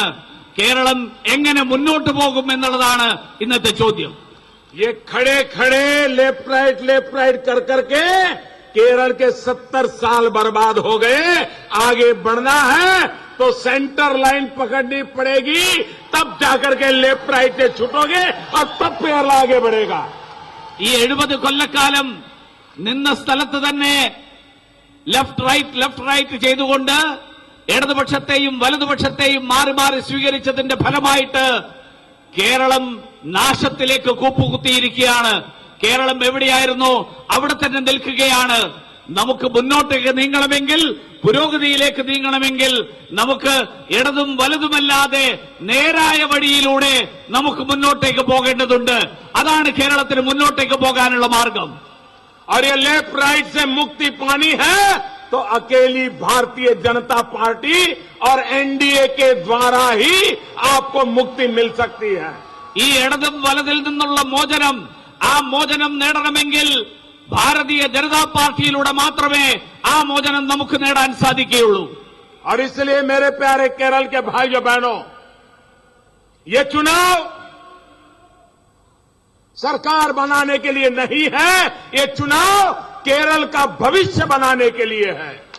അതുകൊണ്ട് സഹോദരി സഹോദരന്മാരെ, ഈ തെരഞ്ഞെടുപ്പ് സർക്കാർ ഉണ്ടാക്കാൻ വേണ്ടിയുള്ള തെരഞ്ഞെടുപ്പല്ല. ഈ തെരഞ്ഞെടുപ്പ് കേരളത്തിന്റെ ഭാവി രചിക്കാൻ വേണ്ടിയിട്ടുള്ള തെരഞ്ഞെടുപ്പാണ്. और इसलिए मैं आपसे आग्रह करने आया हूं. आप देखिए दिल्ली में जो सरकार बैठी है, मैं केरल के लोगों से कहना चाहता हूं, आप जरा मेरा हिसाब लीजिए. और मेरे 2 साल के काम के आपको लगता है कि हां, इन लोगों के दिल में केरल के लिए एक विशेष जगह है। अगर आपको सच लगे तो भारतीय जनता पार्टी एनडीए को वोट दे करके हमें आपकी सेवा करने का मौका दीजिए। അതുകൊണ്ട് ഞാൻ നിങ്ങളോട് പറയാൻ ആഗ്രഹിക്കുകയാണ്, ഡൽഹിയിൽ കേന്ദ്രത്തിലെ സർക്കാർ, ആ സർക്കാർ ചെയ്തുകൊണ്ടിരിക്കുന്ന, കേരളത്തിന് വേണ്ടി ചെയ്തുകൊണ്ടിരിക്കുന്ന കാര്യങ്ങൾ, കേന്ദ്ര സർക്കാരിന്റെ ഹൃദയത്തിൽ എന്നും കേരളത്തിനൊരു സ്ഥാനമുണ്ട്. കേരളത്തിന് വേണ്ടിയിട്ട് കേന്ദ്ര സർക്കാർ നടത്തിക്കൊണ്ടിരിക്കുന്ന പ്രവർത്തനങ്ങൾ, ആ പ്രവർത്തനങ്ങളുടെ പൂർണ്ണമായിട്ടുള്ള ചിത്രം, ആ ചിത്രത്തിന്റെ കണക്ക് വേണമെങ്കിൽ പറയാം. आप एक बार देख लीजिए 2 सरकारों में फर्क क्या है। जब डॉक्टर मनमोहन सिंह जी की सरकार थी, जब मैडम सोनिया जी की सरकार थी, उस समय केरल के बहुत सारे मिनिस्टर थे। एक से बढ़कर एक मिनिस्टर दिल्ली में बैठे थे और उस समय सबरीमलाई में एक अकस्मात हुआ, 100 से ज्यादा लोग मारे गए, लेकिन दिल्ली में बैठे हुए प्रधानमंत्री नहीं आए थे। केरल का जो मंत्री दिल्ली में बैठा है वो भी पूछने के लिए नहीं आया था कि हाल क्या है। और अभी एक मंदिर में हादसा हो गया, 100 से ज्यादा लोग मर गए। घंटों के भीतर देश का प्रधानमंत्री केरल की धरती पर पहुंच जाता है। രണ്ട് സർക്കാരുകളും തമ്മിലുള്ള വ്യത്യാസം, ആ വ്യത്യാസം ഞാൻ നിങ്ങളോട് സൂചിപ്പിക്കാൻ ആഗ്രഹിക്കുകയാണ്. മൻമോഹൻ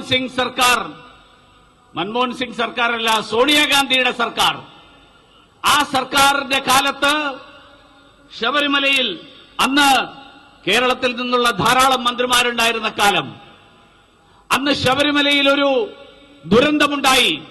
ആ ദുരന്തമുണ്ടായപ്പോൾ കേരളത്തിൽ നിന്നുള്ള മന്ത്രിമാർ അവരാരും തിരിഞ്ഞു നോക്കിയില്ല, അവരാരും ആ ദുരന്ത സ്ഥലത്തേക്ക് എത്തിയില്ല, അവരാരും അതിനെക്കുറിച്ച് അന്വേഷിച്ചില്ല.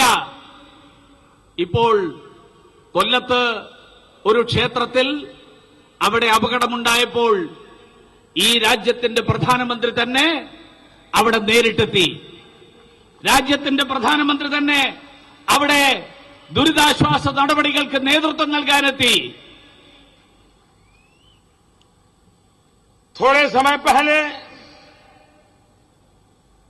केरल की बेटियां जो नर्सिंग के काम के लिए इराक और खाड़ी के देशों में काम कर रही थी,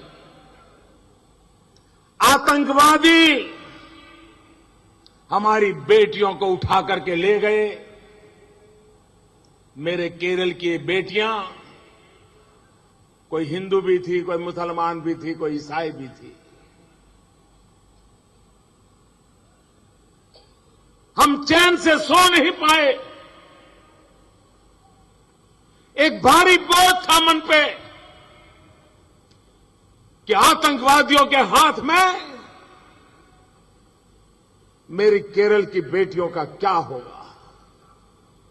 हम दिन रात काम करते रहे, दुनिया की ताकत की मदद लेते रहे, और मैं आज सर झुका के कहना चाहता हूं, मेरी उन केरल की बेटियों को सलामत उनके घर तक हमने पहुंचा दिया, आतंकवादियों के हाथ से निकाल करके ले आए। ഏതാനും മാസങ്ങൾക്ക് മുൻപ് കേരളത്തിൽ നിന്നുള്ള പെൺകുട്ടികൾ, കേരളത്തിലെ നഴ്സുമാർ, ആ നഴ്സുമാർ ഇറാഖിൽ ജോലി ചെയ്തിരുന്നവർ, അവർ ഭീകരവാദികളുടെ പിടിയിലകപ്പെട്ടു. ഉറക്കമില്ലാത്ത രാത്രികളാണ് ആ കാലത്ത് കേന്ദ്ര സർക്കാരിൽ എല്ലാവരും കഴിച്ചുകൂട്ടിയത്. ഭീകരവാദികളുടെ പിടിയിലകപ്പെട്ടിട്ടുള്ള അവരുടെ സ്ഥിതി എന്താകും? അവരെ എങ്ങനെ രക്ഷപ്പെടുത്തും? അവരെ എങ്ങനെ തിരിച്ചു കൊണ്ടുവരും? അതിനു വേണ്ടിയിട്ടുള്ള എല്ലാ ശ്രമങ്ങളും കേന്ദ്ര സർക്കാർ നടത്തി. അതിൽ ഞങ്ങള് അവരുടെ ജാതി ഏതാണ്, മതമേതാണ് എന്ന് നോക്കിയില്ല. അതിൽ ഹിന്ദുവും മുസ്ലിമും ക്രിസ്ത്യനും ഒക്കെ എല്ലാ മതങ്ങളിലും പെട്ട നഴ്സുമാരുണ്ടായിരുന്നു. അവരെ എല്ലാവരെയും സുരക്ഷിതമായി ഈ രാജ്യത്തെത്തിക്കുക മാത്രമല്ല അവരവരുടെ വീടുകളിലെത്തിക്കുക. അതാണ് ആ വീട്ടിലെത്തിച്ചുകൊണ്ട് മാത്രമേ കേന്ദ്ര സർക്കാർ വിശ്രമത്തിലേക്ക് നീങ്ങിയുള്ളൂ, കേന്ദ്ര സർക്കാർ ആ പ്രവർത്തനം മതിയാക്കിയുള്ളൂ. इतना ही नहीं, यमन में, तमिलनाडु के, केरल के, देश के हजारों नागरिक फंसे थे, बमबारी चल रही थी. कौन जिंदा बचेगा, कौन नहीं बचेगा, सवाल या निशान था.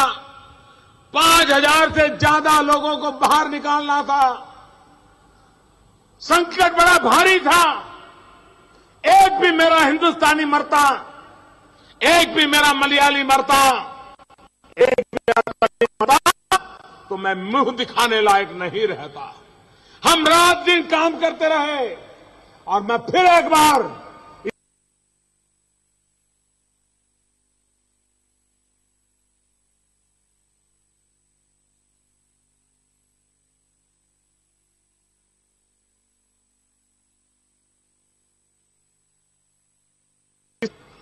ഇത് മാത്രമല്ല, കുറച്ചു മാസങ്ങൾക്ക് മുൻപേ യമനിൽ ഇതേപോലെ കേരളത്തിലെയും തമിഴ്നാട്ടിലെയും അതുപോലെ മറ്റ് ചില സംസ്ഥാനങ്ങളിലെയും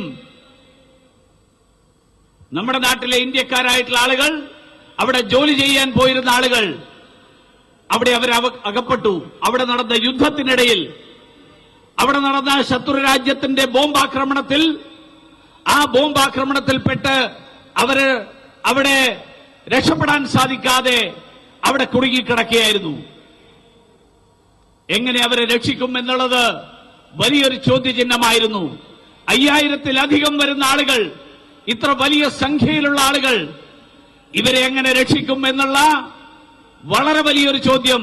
അതിൽ ഒരാളുടെ പോലും ജീവൻ നഷ്ടപ്പെടുക എന്നുള്ളത് ചിന്തിക്കാൻ പോലും സാധിക്കുന്നതിന് അപ്പുറത്തുള്ള ചോദ്യമായിരുന്നു, അപ്പുറത്തുള്ള സാഹചര്യമായിരുന്നു. കേന്ദ്ര സർക്കാർ രാവും പകലും വിശ്രമമില്ലാതെ പ്രവർത്തിച്ചു, എല്ലാ പരിശ്രമങ്ങളും നടത്തി. അതിന്റെ ഫലമായിട്ട് അവരിൽ ഒരാളെപ്പോലും ജീവൻ നഷ്ടപ്പെടാതെ, അവരിൽ ഒരാളെപ്പോലും അവിടെ അകപ്പെടാതെ മുഴുവൻ ആളുകളെയും രക്ഷപ്പെടുത്തിക്കൊണ്ട് അവരെ എല്ലാവരെയും ഈ രാജ്യത്തേക്ക് മാത്രമല്ല അവരുടെ വീടുകളിലെത്തിക്കാൻ കേന്ദ്ര സർക്കാരിന്റെ പ്രവർത്തനങ്ങൾക്ക് സാധിച്ചു. അതായിരുന്നു കേന്ദ്ര സർക്കാരിന്റെ പ്രവർത്തനം. अगर मेरी केरल की बेटी इराक में फंस जाती है तो दिल्ली में बैठा मोदी सो नहीं पाता है. और एक सरकार देखिए जो केरल के अंदर लॉ में पढ़ने वाली एक दलित कन्या पर बलात्कार होता है, उसको मौत के घाट उतार दिया जाता है और इस सरकार को कोई चिंता तक नजर नहीं आती है. ഇന്ത്യക്കാരനായിട്ടുള്ള ഒരാളുടെയെങ്കിലും ജീവൻ നഷ്ടപ്പെടുന്ന ജീവൻ അപകടത്തിലാകുന്ന സാഹചര്യമുണ്ടായാൽ കേന്ദ്രത്തിൽ മോദിജിയുടെ സർക്കാരിന് ഉറക്കം വരില്ല.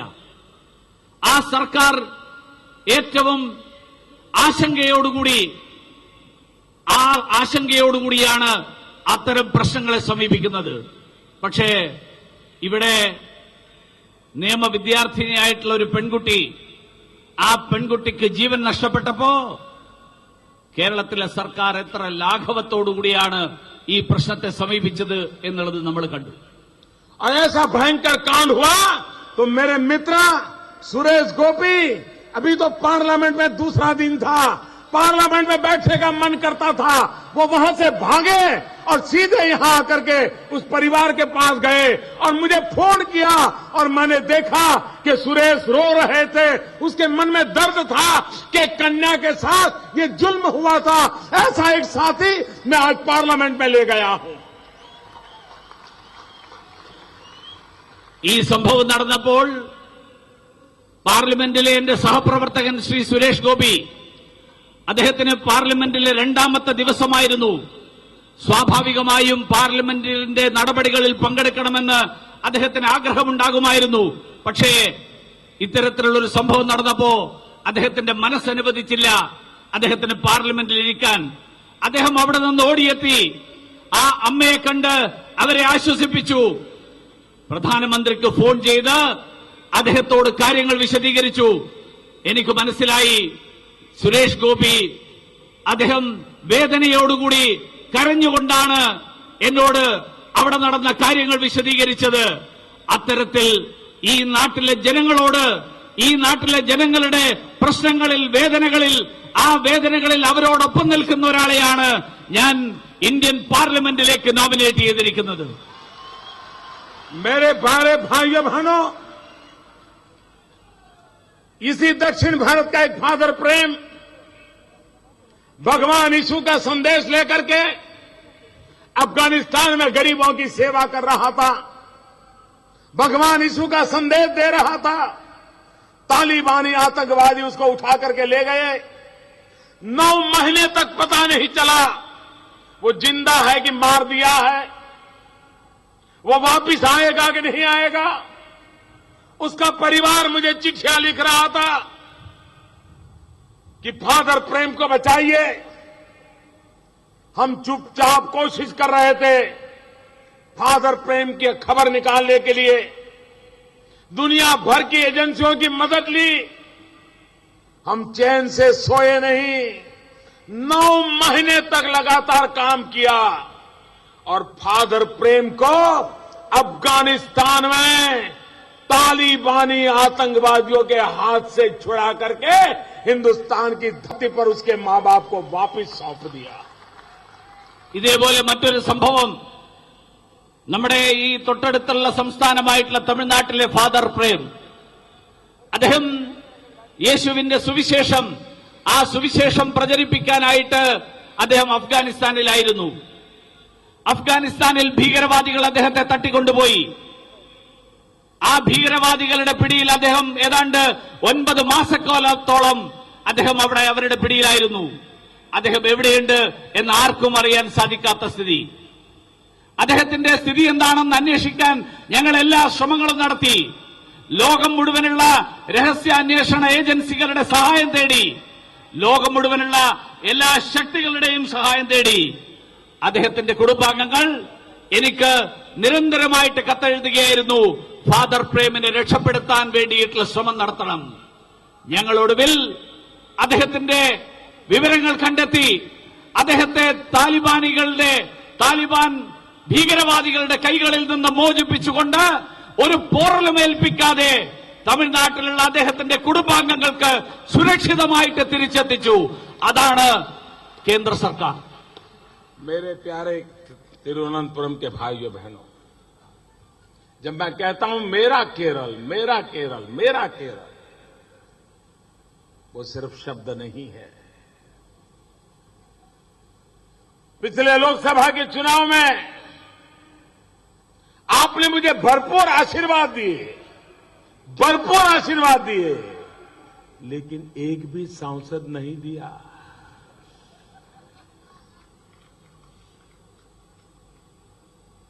ഞാൻ എല്ലായ്പ്പോഴും എന്റെ കേരളം എന്ന് പറയുമ്പോ അത് വെറും വാക്കുകളല്ല. കഴിഞ്ഞ ലോക്സഭാ തെരഞ്ഞെടുപ്പിൽ നിങ്ങളുടെ എല്ലാവരുടെയും അനുഗ്രഹം എനിക്ക് വേണ്ടുവോളം കിട്ടി.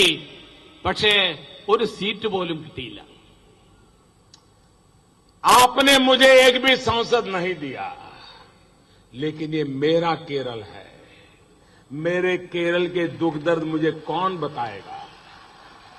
मेरे केरल के मजदूरों की बात मुझे कौन बताएगा? मेरे केरल के मछुआरों की बात मुझे कौन बताएगा? मेरे केरल के नौजवानों की मुसीबतों को कौन बताएगा? और इसलिए भाइयों बहनों, आपने तो मुझे सांसद नहीं दिया, मैंने आपको 2 सांसद रिचर्ड हे और सुरेश गोपी इसलिए दिए ताकि केरल की आवाज वो मेरे तक पहुंचा सके। കേരളം എനിക്ക് ഒരു പാർലമെന്റ് അംഗത്തെ പോലും തന്നില്ല. കേരളത്തിന്റെ വേദനകൾ, കേരളത്തിലെ പണിയെടുക്കുന്നവരുടെ വിഷമങ്ങൾ, കേരളത്തിലെ മത്സ്യബന്ധന മേഖലയിലുള്ളവരുടെ പ്രശ്നങ്ങൾ, കേരളത്തിലെ ചെറുപ്പക്കാരുടെ ആശങ്കകൾ, ഇതൊക്കെ എങ്ങനെ എനിക്കറിയാൻ സാധിക്കും? ഈ കേരളം എനിക്ക് കേന്ദ്ര സർക്കാരിനെ പിന്തുണയ്ക്കാൻ ഒരു പാർലമെന്റ് അംഗത്തെ പോലും തന്നില്ല. അതുകൊണ്ട് കേന്ദ്ര സർക്കാർ ഞാൻ നിങ്ങൾക്ക് 2 പാർലമെന്റ് അംഗങ്ങളെ തന്നു, ശ്രീ സുരേഷ് ഗോപിയും ശ്രീ റിച്ചാർഡ് ഹേയും. അവരിലൂടെ കേരളത്തിന്റെ വേദനകളും ആശങ്കകളും വിഷമങ്ങളും അത് എന്നിലെത്തും, കേന്ദ്രത്തിലെ സർക്കാരിലെത്താൻ. भाइयों बहनों, भारत के प्रधानमंत्री पहले भी सऊदी गए हैं और ये प्रधानमंत्री भी सऊदी गया. मैं भी वहां के किंग के साथ मिलकर के बातें करके वापस आ सकता था, लेकिन मैं ऐसा नहीं किया. मैं सऊदी अरेबिया में उस लेबर कैंप में गया जहां मेरे केरल के मजदूर भाई रहते हैं. उनका हालचाल पूछा, उनके साथ खाना खाया, उनके सुख दुख की बातें सुनी और वहां के किंग को जो कहना था वो कह करके आया. മുൻപും പ്രധാനമന്ത്രിമാര് അറബ് നാടുകളിൽ പോയിട്ടുണ്ട്. സാധാരണ പ്രധാനമന്ത്രിമാര് പോകുമ്പോൾ സൗദി അറേബ്യയിൽ പോയാൽ അവിടുത്തെ ഉന്നതരായിട്ടുള്ള ഭരണാധികാരികളുമായിട്ട് ചർച്ചകൾ നടത്തി തിരിച്ചു വരുമായിരുന്നു. ഈ തവണ പ്രധാനമന്ത്രി അവിടെ പോയപ്പോൾ പ്രധാനമന്ത്രി അവിടുത്തെ ഭരണാധികാരികളുമായിട്ട് ചർച്ച നടത്തി തിരിച്ചു പോരുകയല്ല ചെയ്തത്. അവിടുത്തെ അവരുടെ ലേബർ ക്യാമ്പുകളിൽ, അവർ താമസിക്കുന്ന ലേബർ ക്യാമ്പുകളിൽ പോയി അവരുടെ സുഖവിവരങ്ങൾ അന്വേഷിച്ചു, അവരോടൊപ്പം ഇരുന്ന് ഭക്ഷണം കഴിച്ചു. അങ്ങനെയുള്ള ഒരു പ്രധാനമന്ത്രി, അങ്ങനെയുള്ള ഒരു സർക്കാരാണ് ഇന്ന് രാജ്യം ഭരിക്കുന്നത്. 2014 के चुनाव में आपने देखा होगा, 2013 और 14 के अखबार निकालिए, सारे अखबार भरे पड़े थे. हर दिन भ्रष्टाचार की एक खबर आती थी. सारी सरकार भ्रष्टाचार में डूबी हुई थी. कोयले में चोरी, कोयला काला, खदान के अंदर अंधेरा, अंधेरे में चोरी, स्पेक्ट्रम की चोरी, 2G, 3G, न जाने कितने जी.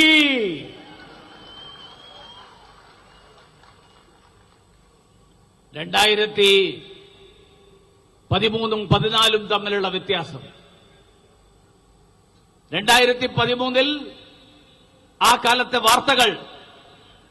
വാർത്തകൾ മുഴുവൻ കൽക്കരി കുംഭകോണം, കൽക്കരി കറുത്ത നിറമുള്ളതാണ്, ഇരുട്ടിലാണ്, അന്ധകാരത്തിലാണ്, ഭൂമിക്കടിയിലാണ്. ആ ഇരുട്ടിൽ നടക്കുന്ന വെട്ടിപ്പ്, 2G, 3G, അതുപോലെയുള്ള പല ജികൾ, ഇങ്ങനെയുള്ള പല തരത്തിലുള്ള കുംഭകോണങ്ങൾ. लेकिन मैं हैरान हूं, ये केरल के नेता तो दिल्ली के कांग्रेस के नेताओं से भी 4 गुना ज्यादा बड़े दिखते हैं. वो तो अंधेरे में काला कोयला चोरी करते थे, वो स्पेक्ट्रम चोरी करते थे. ये तो सूरज में से भी, सोलार एनर्जी में से कोई काली अंधेरी अमावास की रात नहीं, सूरज के सामने चोरी करने की इनकी ताकत देखिए. കേരളത്തിലെ കോൺഗ്രസിന്റെ നേതാക്കന്മാര് അറിഞ്ഞു വരുമ്പോ കേന്ദ്രത്തിലുള്ള നേതാക്കന്മാരെക്കാൾ വലിയ വമ്പന്മാരാണ്.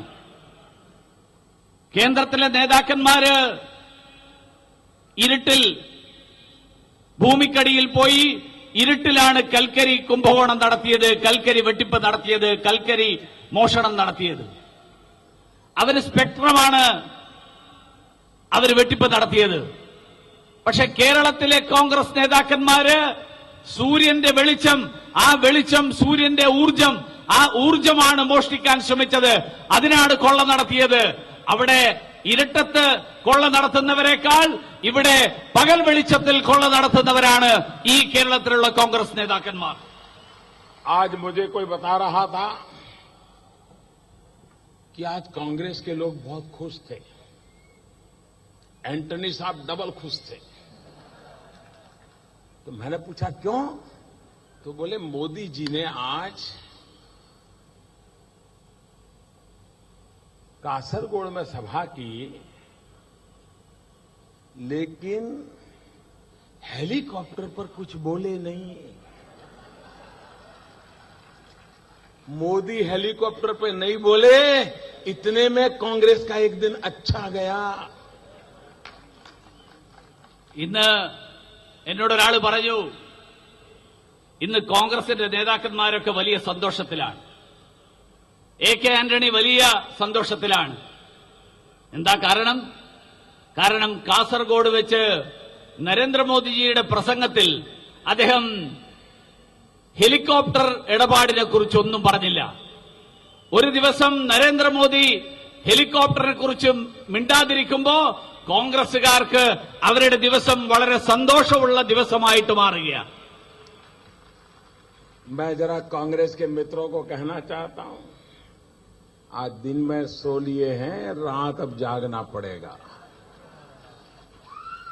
കോൺഗ്രസിന്റെ നേതാക്കന്മാരോട് ഞാൻ പറയാൻ ആഗ്രഹിക്കുകയാണ്, നിങ്ങൾ പകലും ഉറങ്ങിക്കോളൂ. പകൽ ഉറങ്ങിയിട്ടുണ്ടാകാം, വിശ്രമം എടുത്തിട്ടുണ്ടാവാം, പക്ഷെ രാത്രി നിങ്ങൾക്ക് ഉണർന്നിരിക്കേണ്ടി വരും. देश जानना चाहता है हेलीकॉप्टर में घुस किसने ली, पैसे किसने लिया, और उन लोगों को सजा होनी चाहिए. ये देश चाहता है. ഈ രാജ്യം അറിയാൻ ആഗ്രഹിക്കുകയാണ്, ഹെലികോപ്റ്റർ ഇടപാടിൽ എത്ര കോടികളാണ് കമ്മീഷൻ എടുത്തത്, കമ്മീഷൻ വാങ്ങിയത്. അത് ഈ നാട്ടിലെ ജനങ്ങൾ അറിയാൻ ആഗ്രഹിക്കുകയാണ്. मैडम सोनिया जी, आपकी ये हिम्मत, आप बयान दे रही हो, कांग्रेस के नेता बयान दे रहे हैं कि मोदी हम पर झूठे आरोप लगा रहे हैं, मोदी हम पर झूठे आरोप लगा रहे हैं. मेरे प्यारे भाइयों बहनों, क्या मोदी ने या मोदी सरकार ने एक बार भी पिछले 2 साल में हेलीकॉप्टर के भ्रष्टाचार में कभी भी कांग्रेस का नाम दिया था?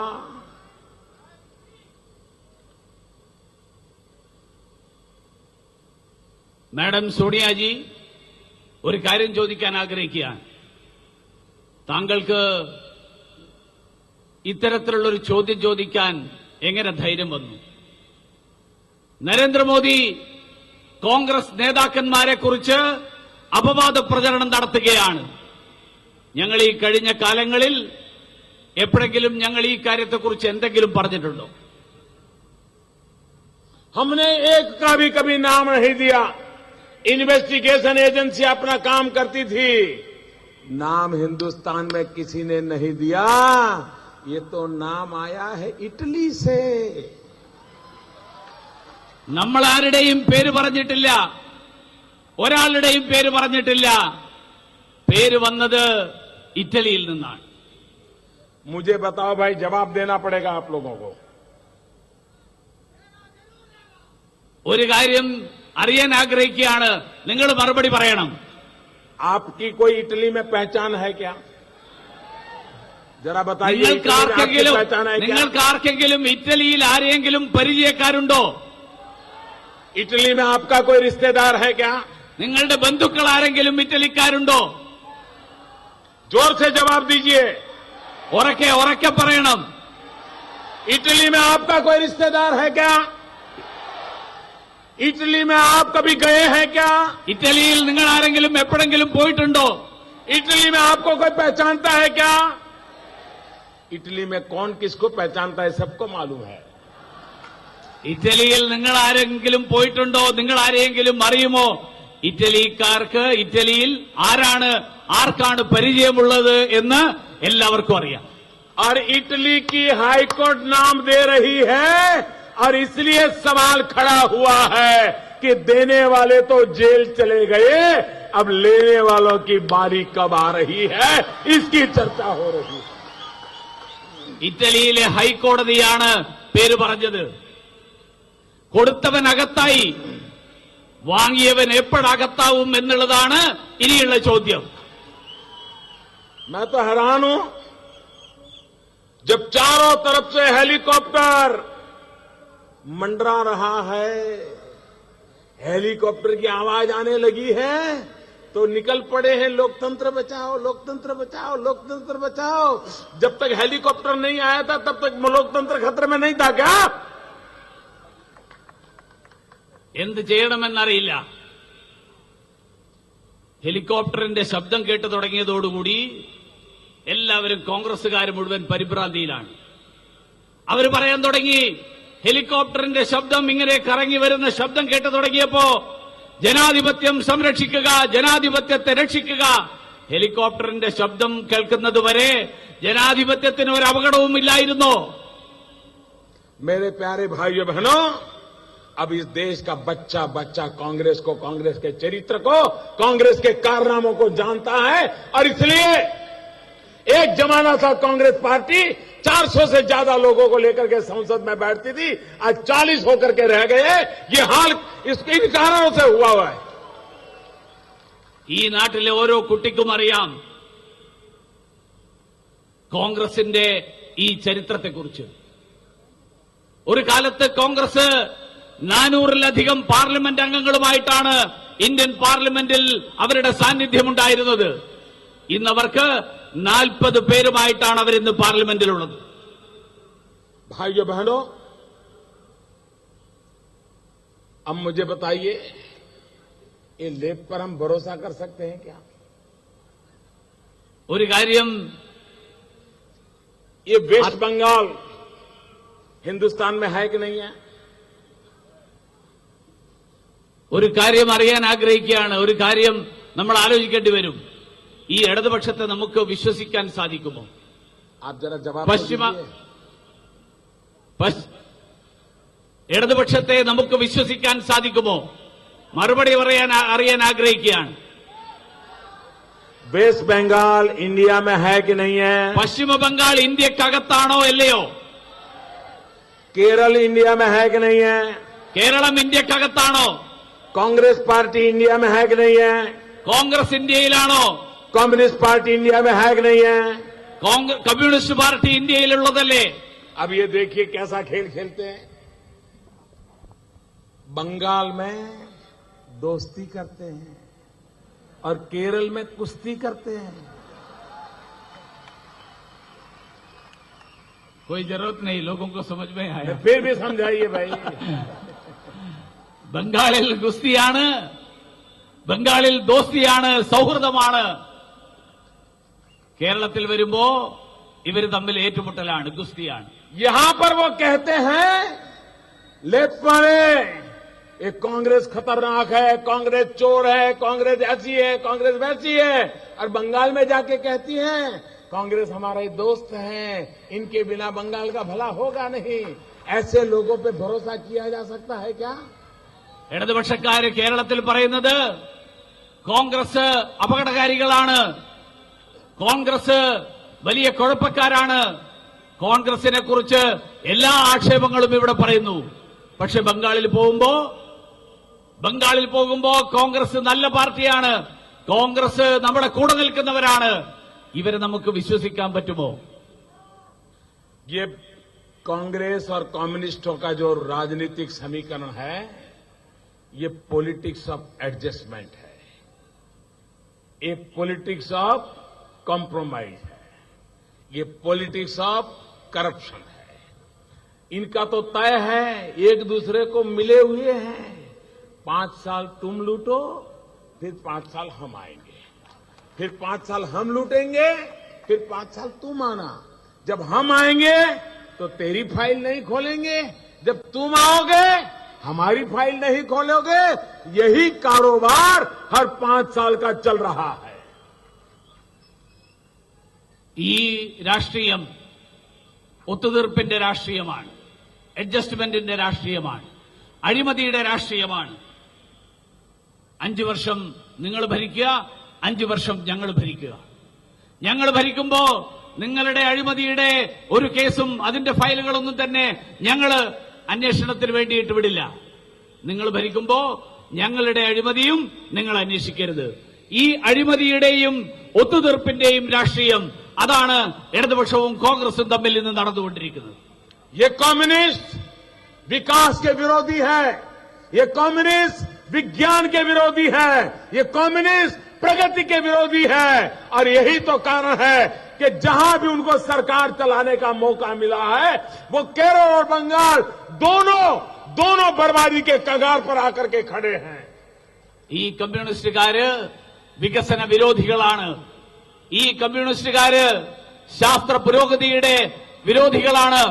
ഈ കമ്മ്യൂണിസ്റ്റുകാര് പുരോഗതിക്ക് വിഘാതം സൃഷ്ടിക്കുന്നവരാണ്.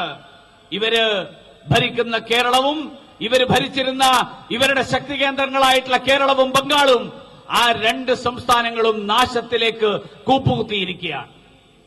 एक जमाना याद होगा आपको, यही केरल के कम्युनिस्ट नेता किसानों को कहते थे ट्रैक्टर मत लाओ, ट्रैक्टर किसानों का विरोधी है. जो लोग ट्रैक्टर का विरोध करके किसानों की जिंदगी बर्बाद की, वो केरल का भविष्य कैसे बना सकते हैं? ഒരു കാലത്ത് കമ്മ്യൂണിസ്റ്റുകാര് അവര് കൃഷിക്കാര് ട്രാക്ടർ ഉപയോഗിക്കുന്നതിനെ എതിർക്കുമായിരുന്നു. ട്രാക്ടർ ഉപയോഗിക്കാൻ അനുവദിക്കാതെ കൃഷിക്കാരുടെ ഭാവി നശിപ്പിച്ച ഈ കമ്മ്യൂണിസ്റ്റുകാര് കേരളത്തിന്റെ ഭാവി എങ്ങനെ സൃഷ്ടിക്കും? मेरे प्यारे भाइयों बहनों, ये कम्युनिस्ट पार्टी हिंसा में ही विश्वास करती है. निर्दोष लोगों को मौत के घाट उतार करके, बम बंदूक की राजनीति करके, लोगों को डरा करके, लोकतंत्र का गला घोंट करके सत्ता हथियाना ये कम्युनिस्टों का कारोबार रहा है.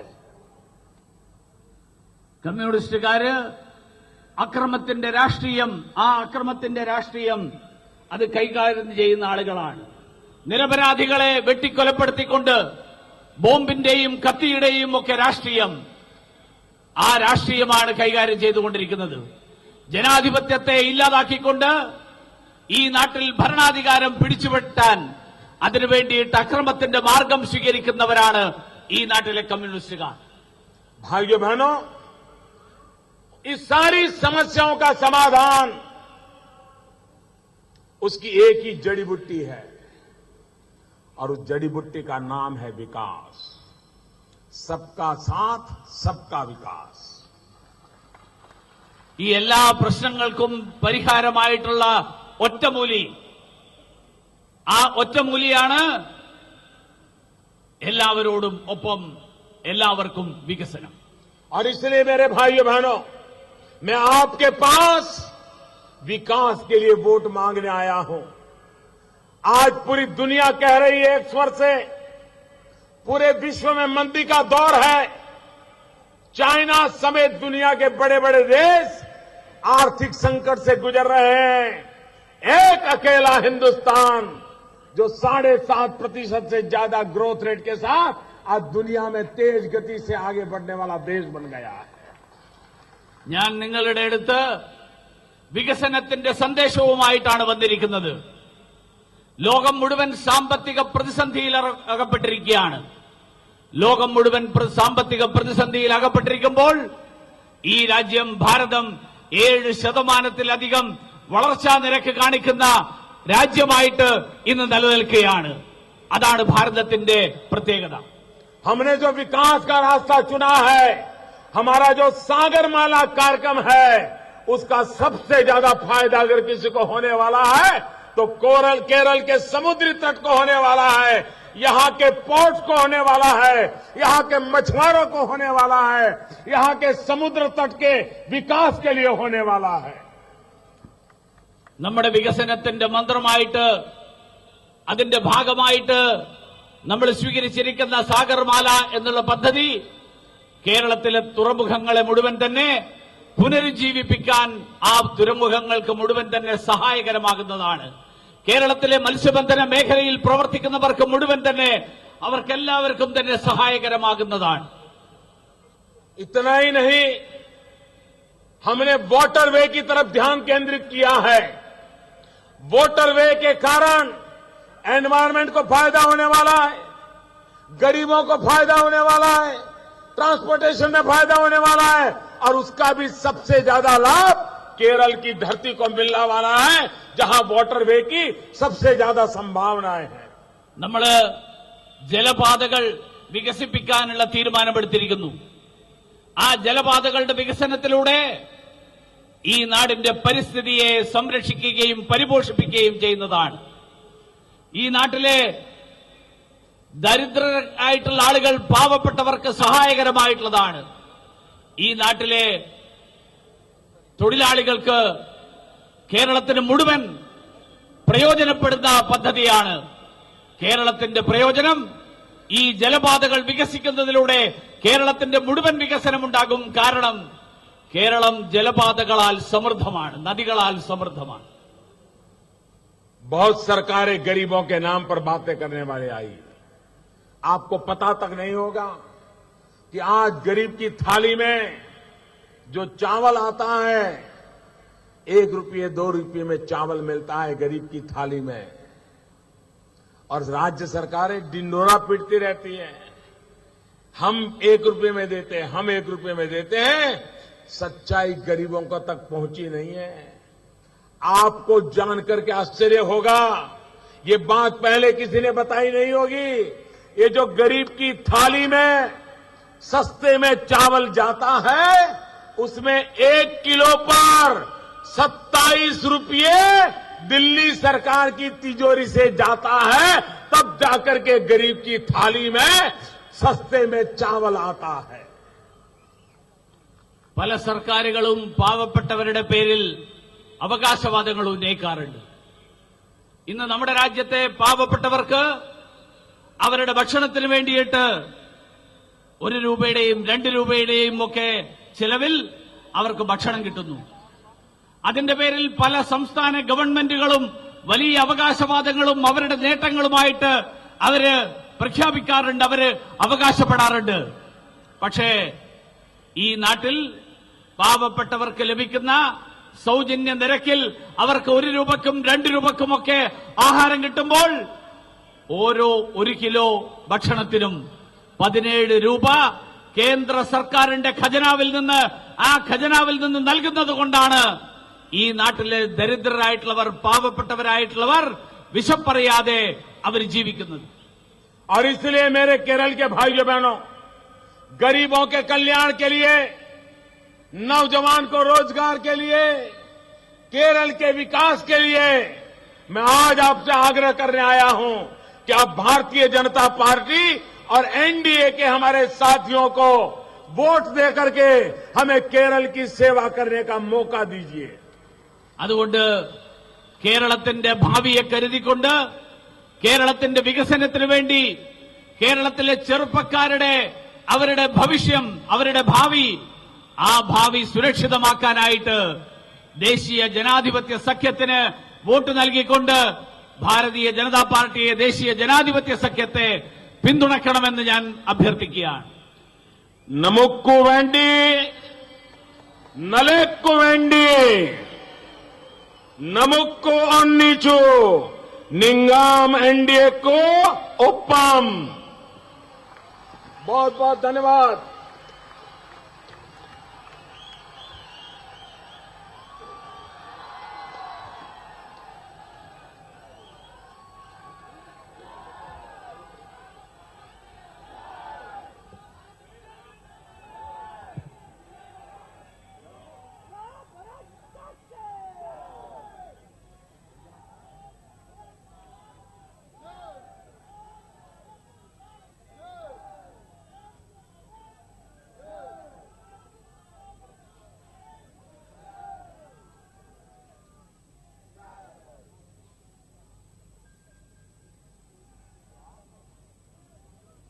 ഈ നാടിന് മുഴുവൻ തന്നെ ആവേശം പകർന്നുകൊണ്ട് നമ്മുടെ സ്വന്തം പ്രധാനമന്ത്രി, നമ്മുടെ സ്വന്തം നേതാവ്, ലോക നേതാവ് ശ്രീ നരേന്ദ്രമോദി അനന്തപുരിയിൽ നിന്ന് ഭാരതീയ ജനതാ പാർട്ടിയുടെയും എൻഡിയുടെയും നിരവധി MLA-മാരെ വിജയിപ്പിക്കാൻ വേണ്ടിയുള്ള ഊർജമാണ് ഈ നാട്ടിലേക്ക് പകർന്നു തന്നിരിക്കുന്നത്. 1000 നന്ദി ശ്രീ നരേന്ദ്രമോദിജിക്ക് ഇവിടെ കൂടിയ 10,000-ങ്ങളെ സാക്ഷി നിർത്തിക്കൊണ്ട് ഞാൻ അർപ്പിക്കുകയാണ്. ഈ യോഗത്തിന് ഔപചാരികമായിട്ട് നന്ദി രേഖപ്പെടുത്തുന്നതിനായി പാർട്ടിയുടെ തിരുവനന്തപുരം ജില്ലാ കമ്മിറ്റിയുടെ ജനറൽ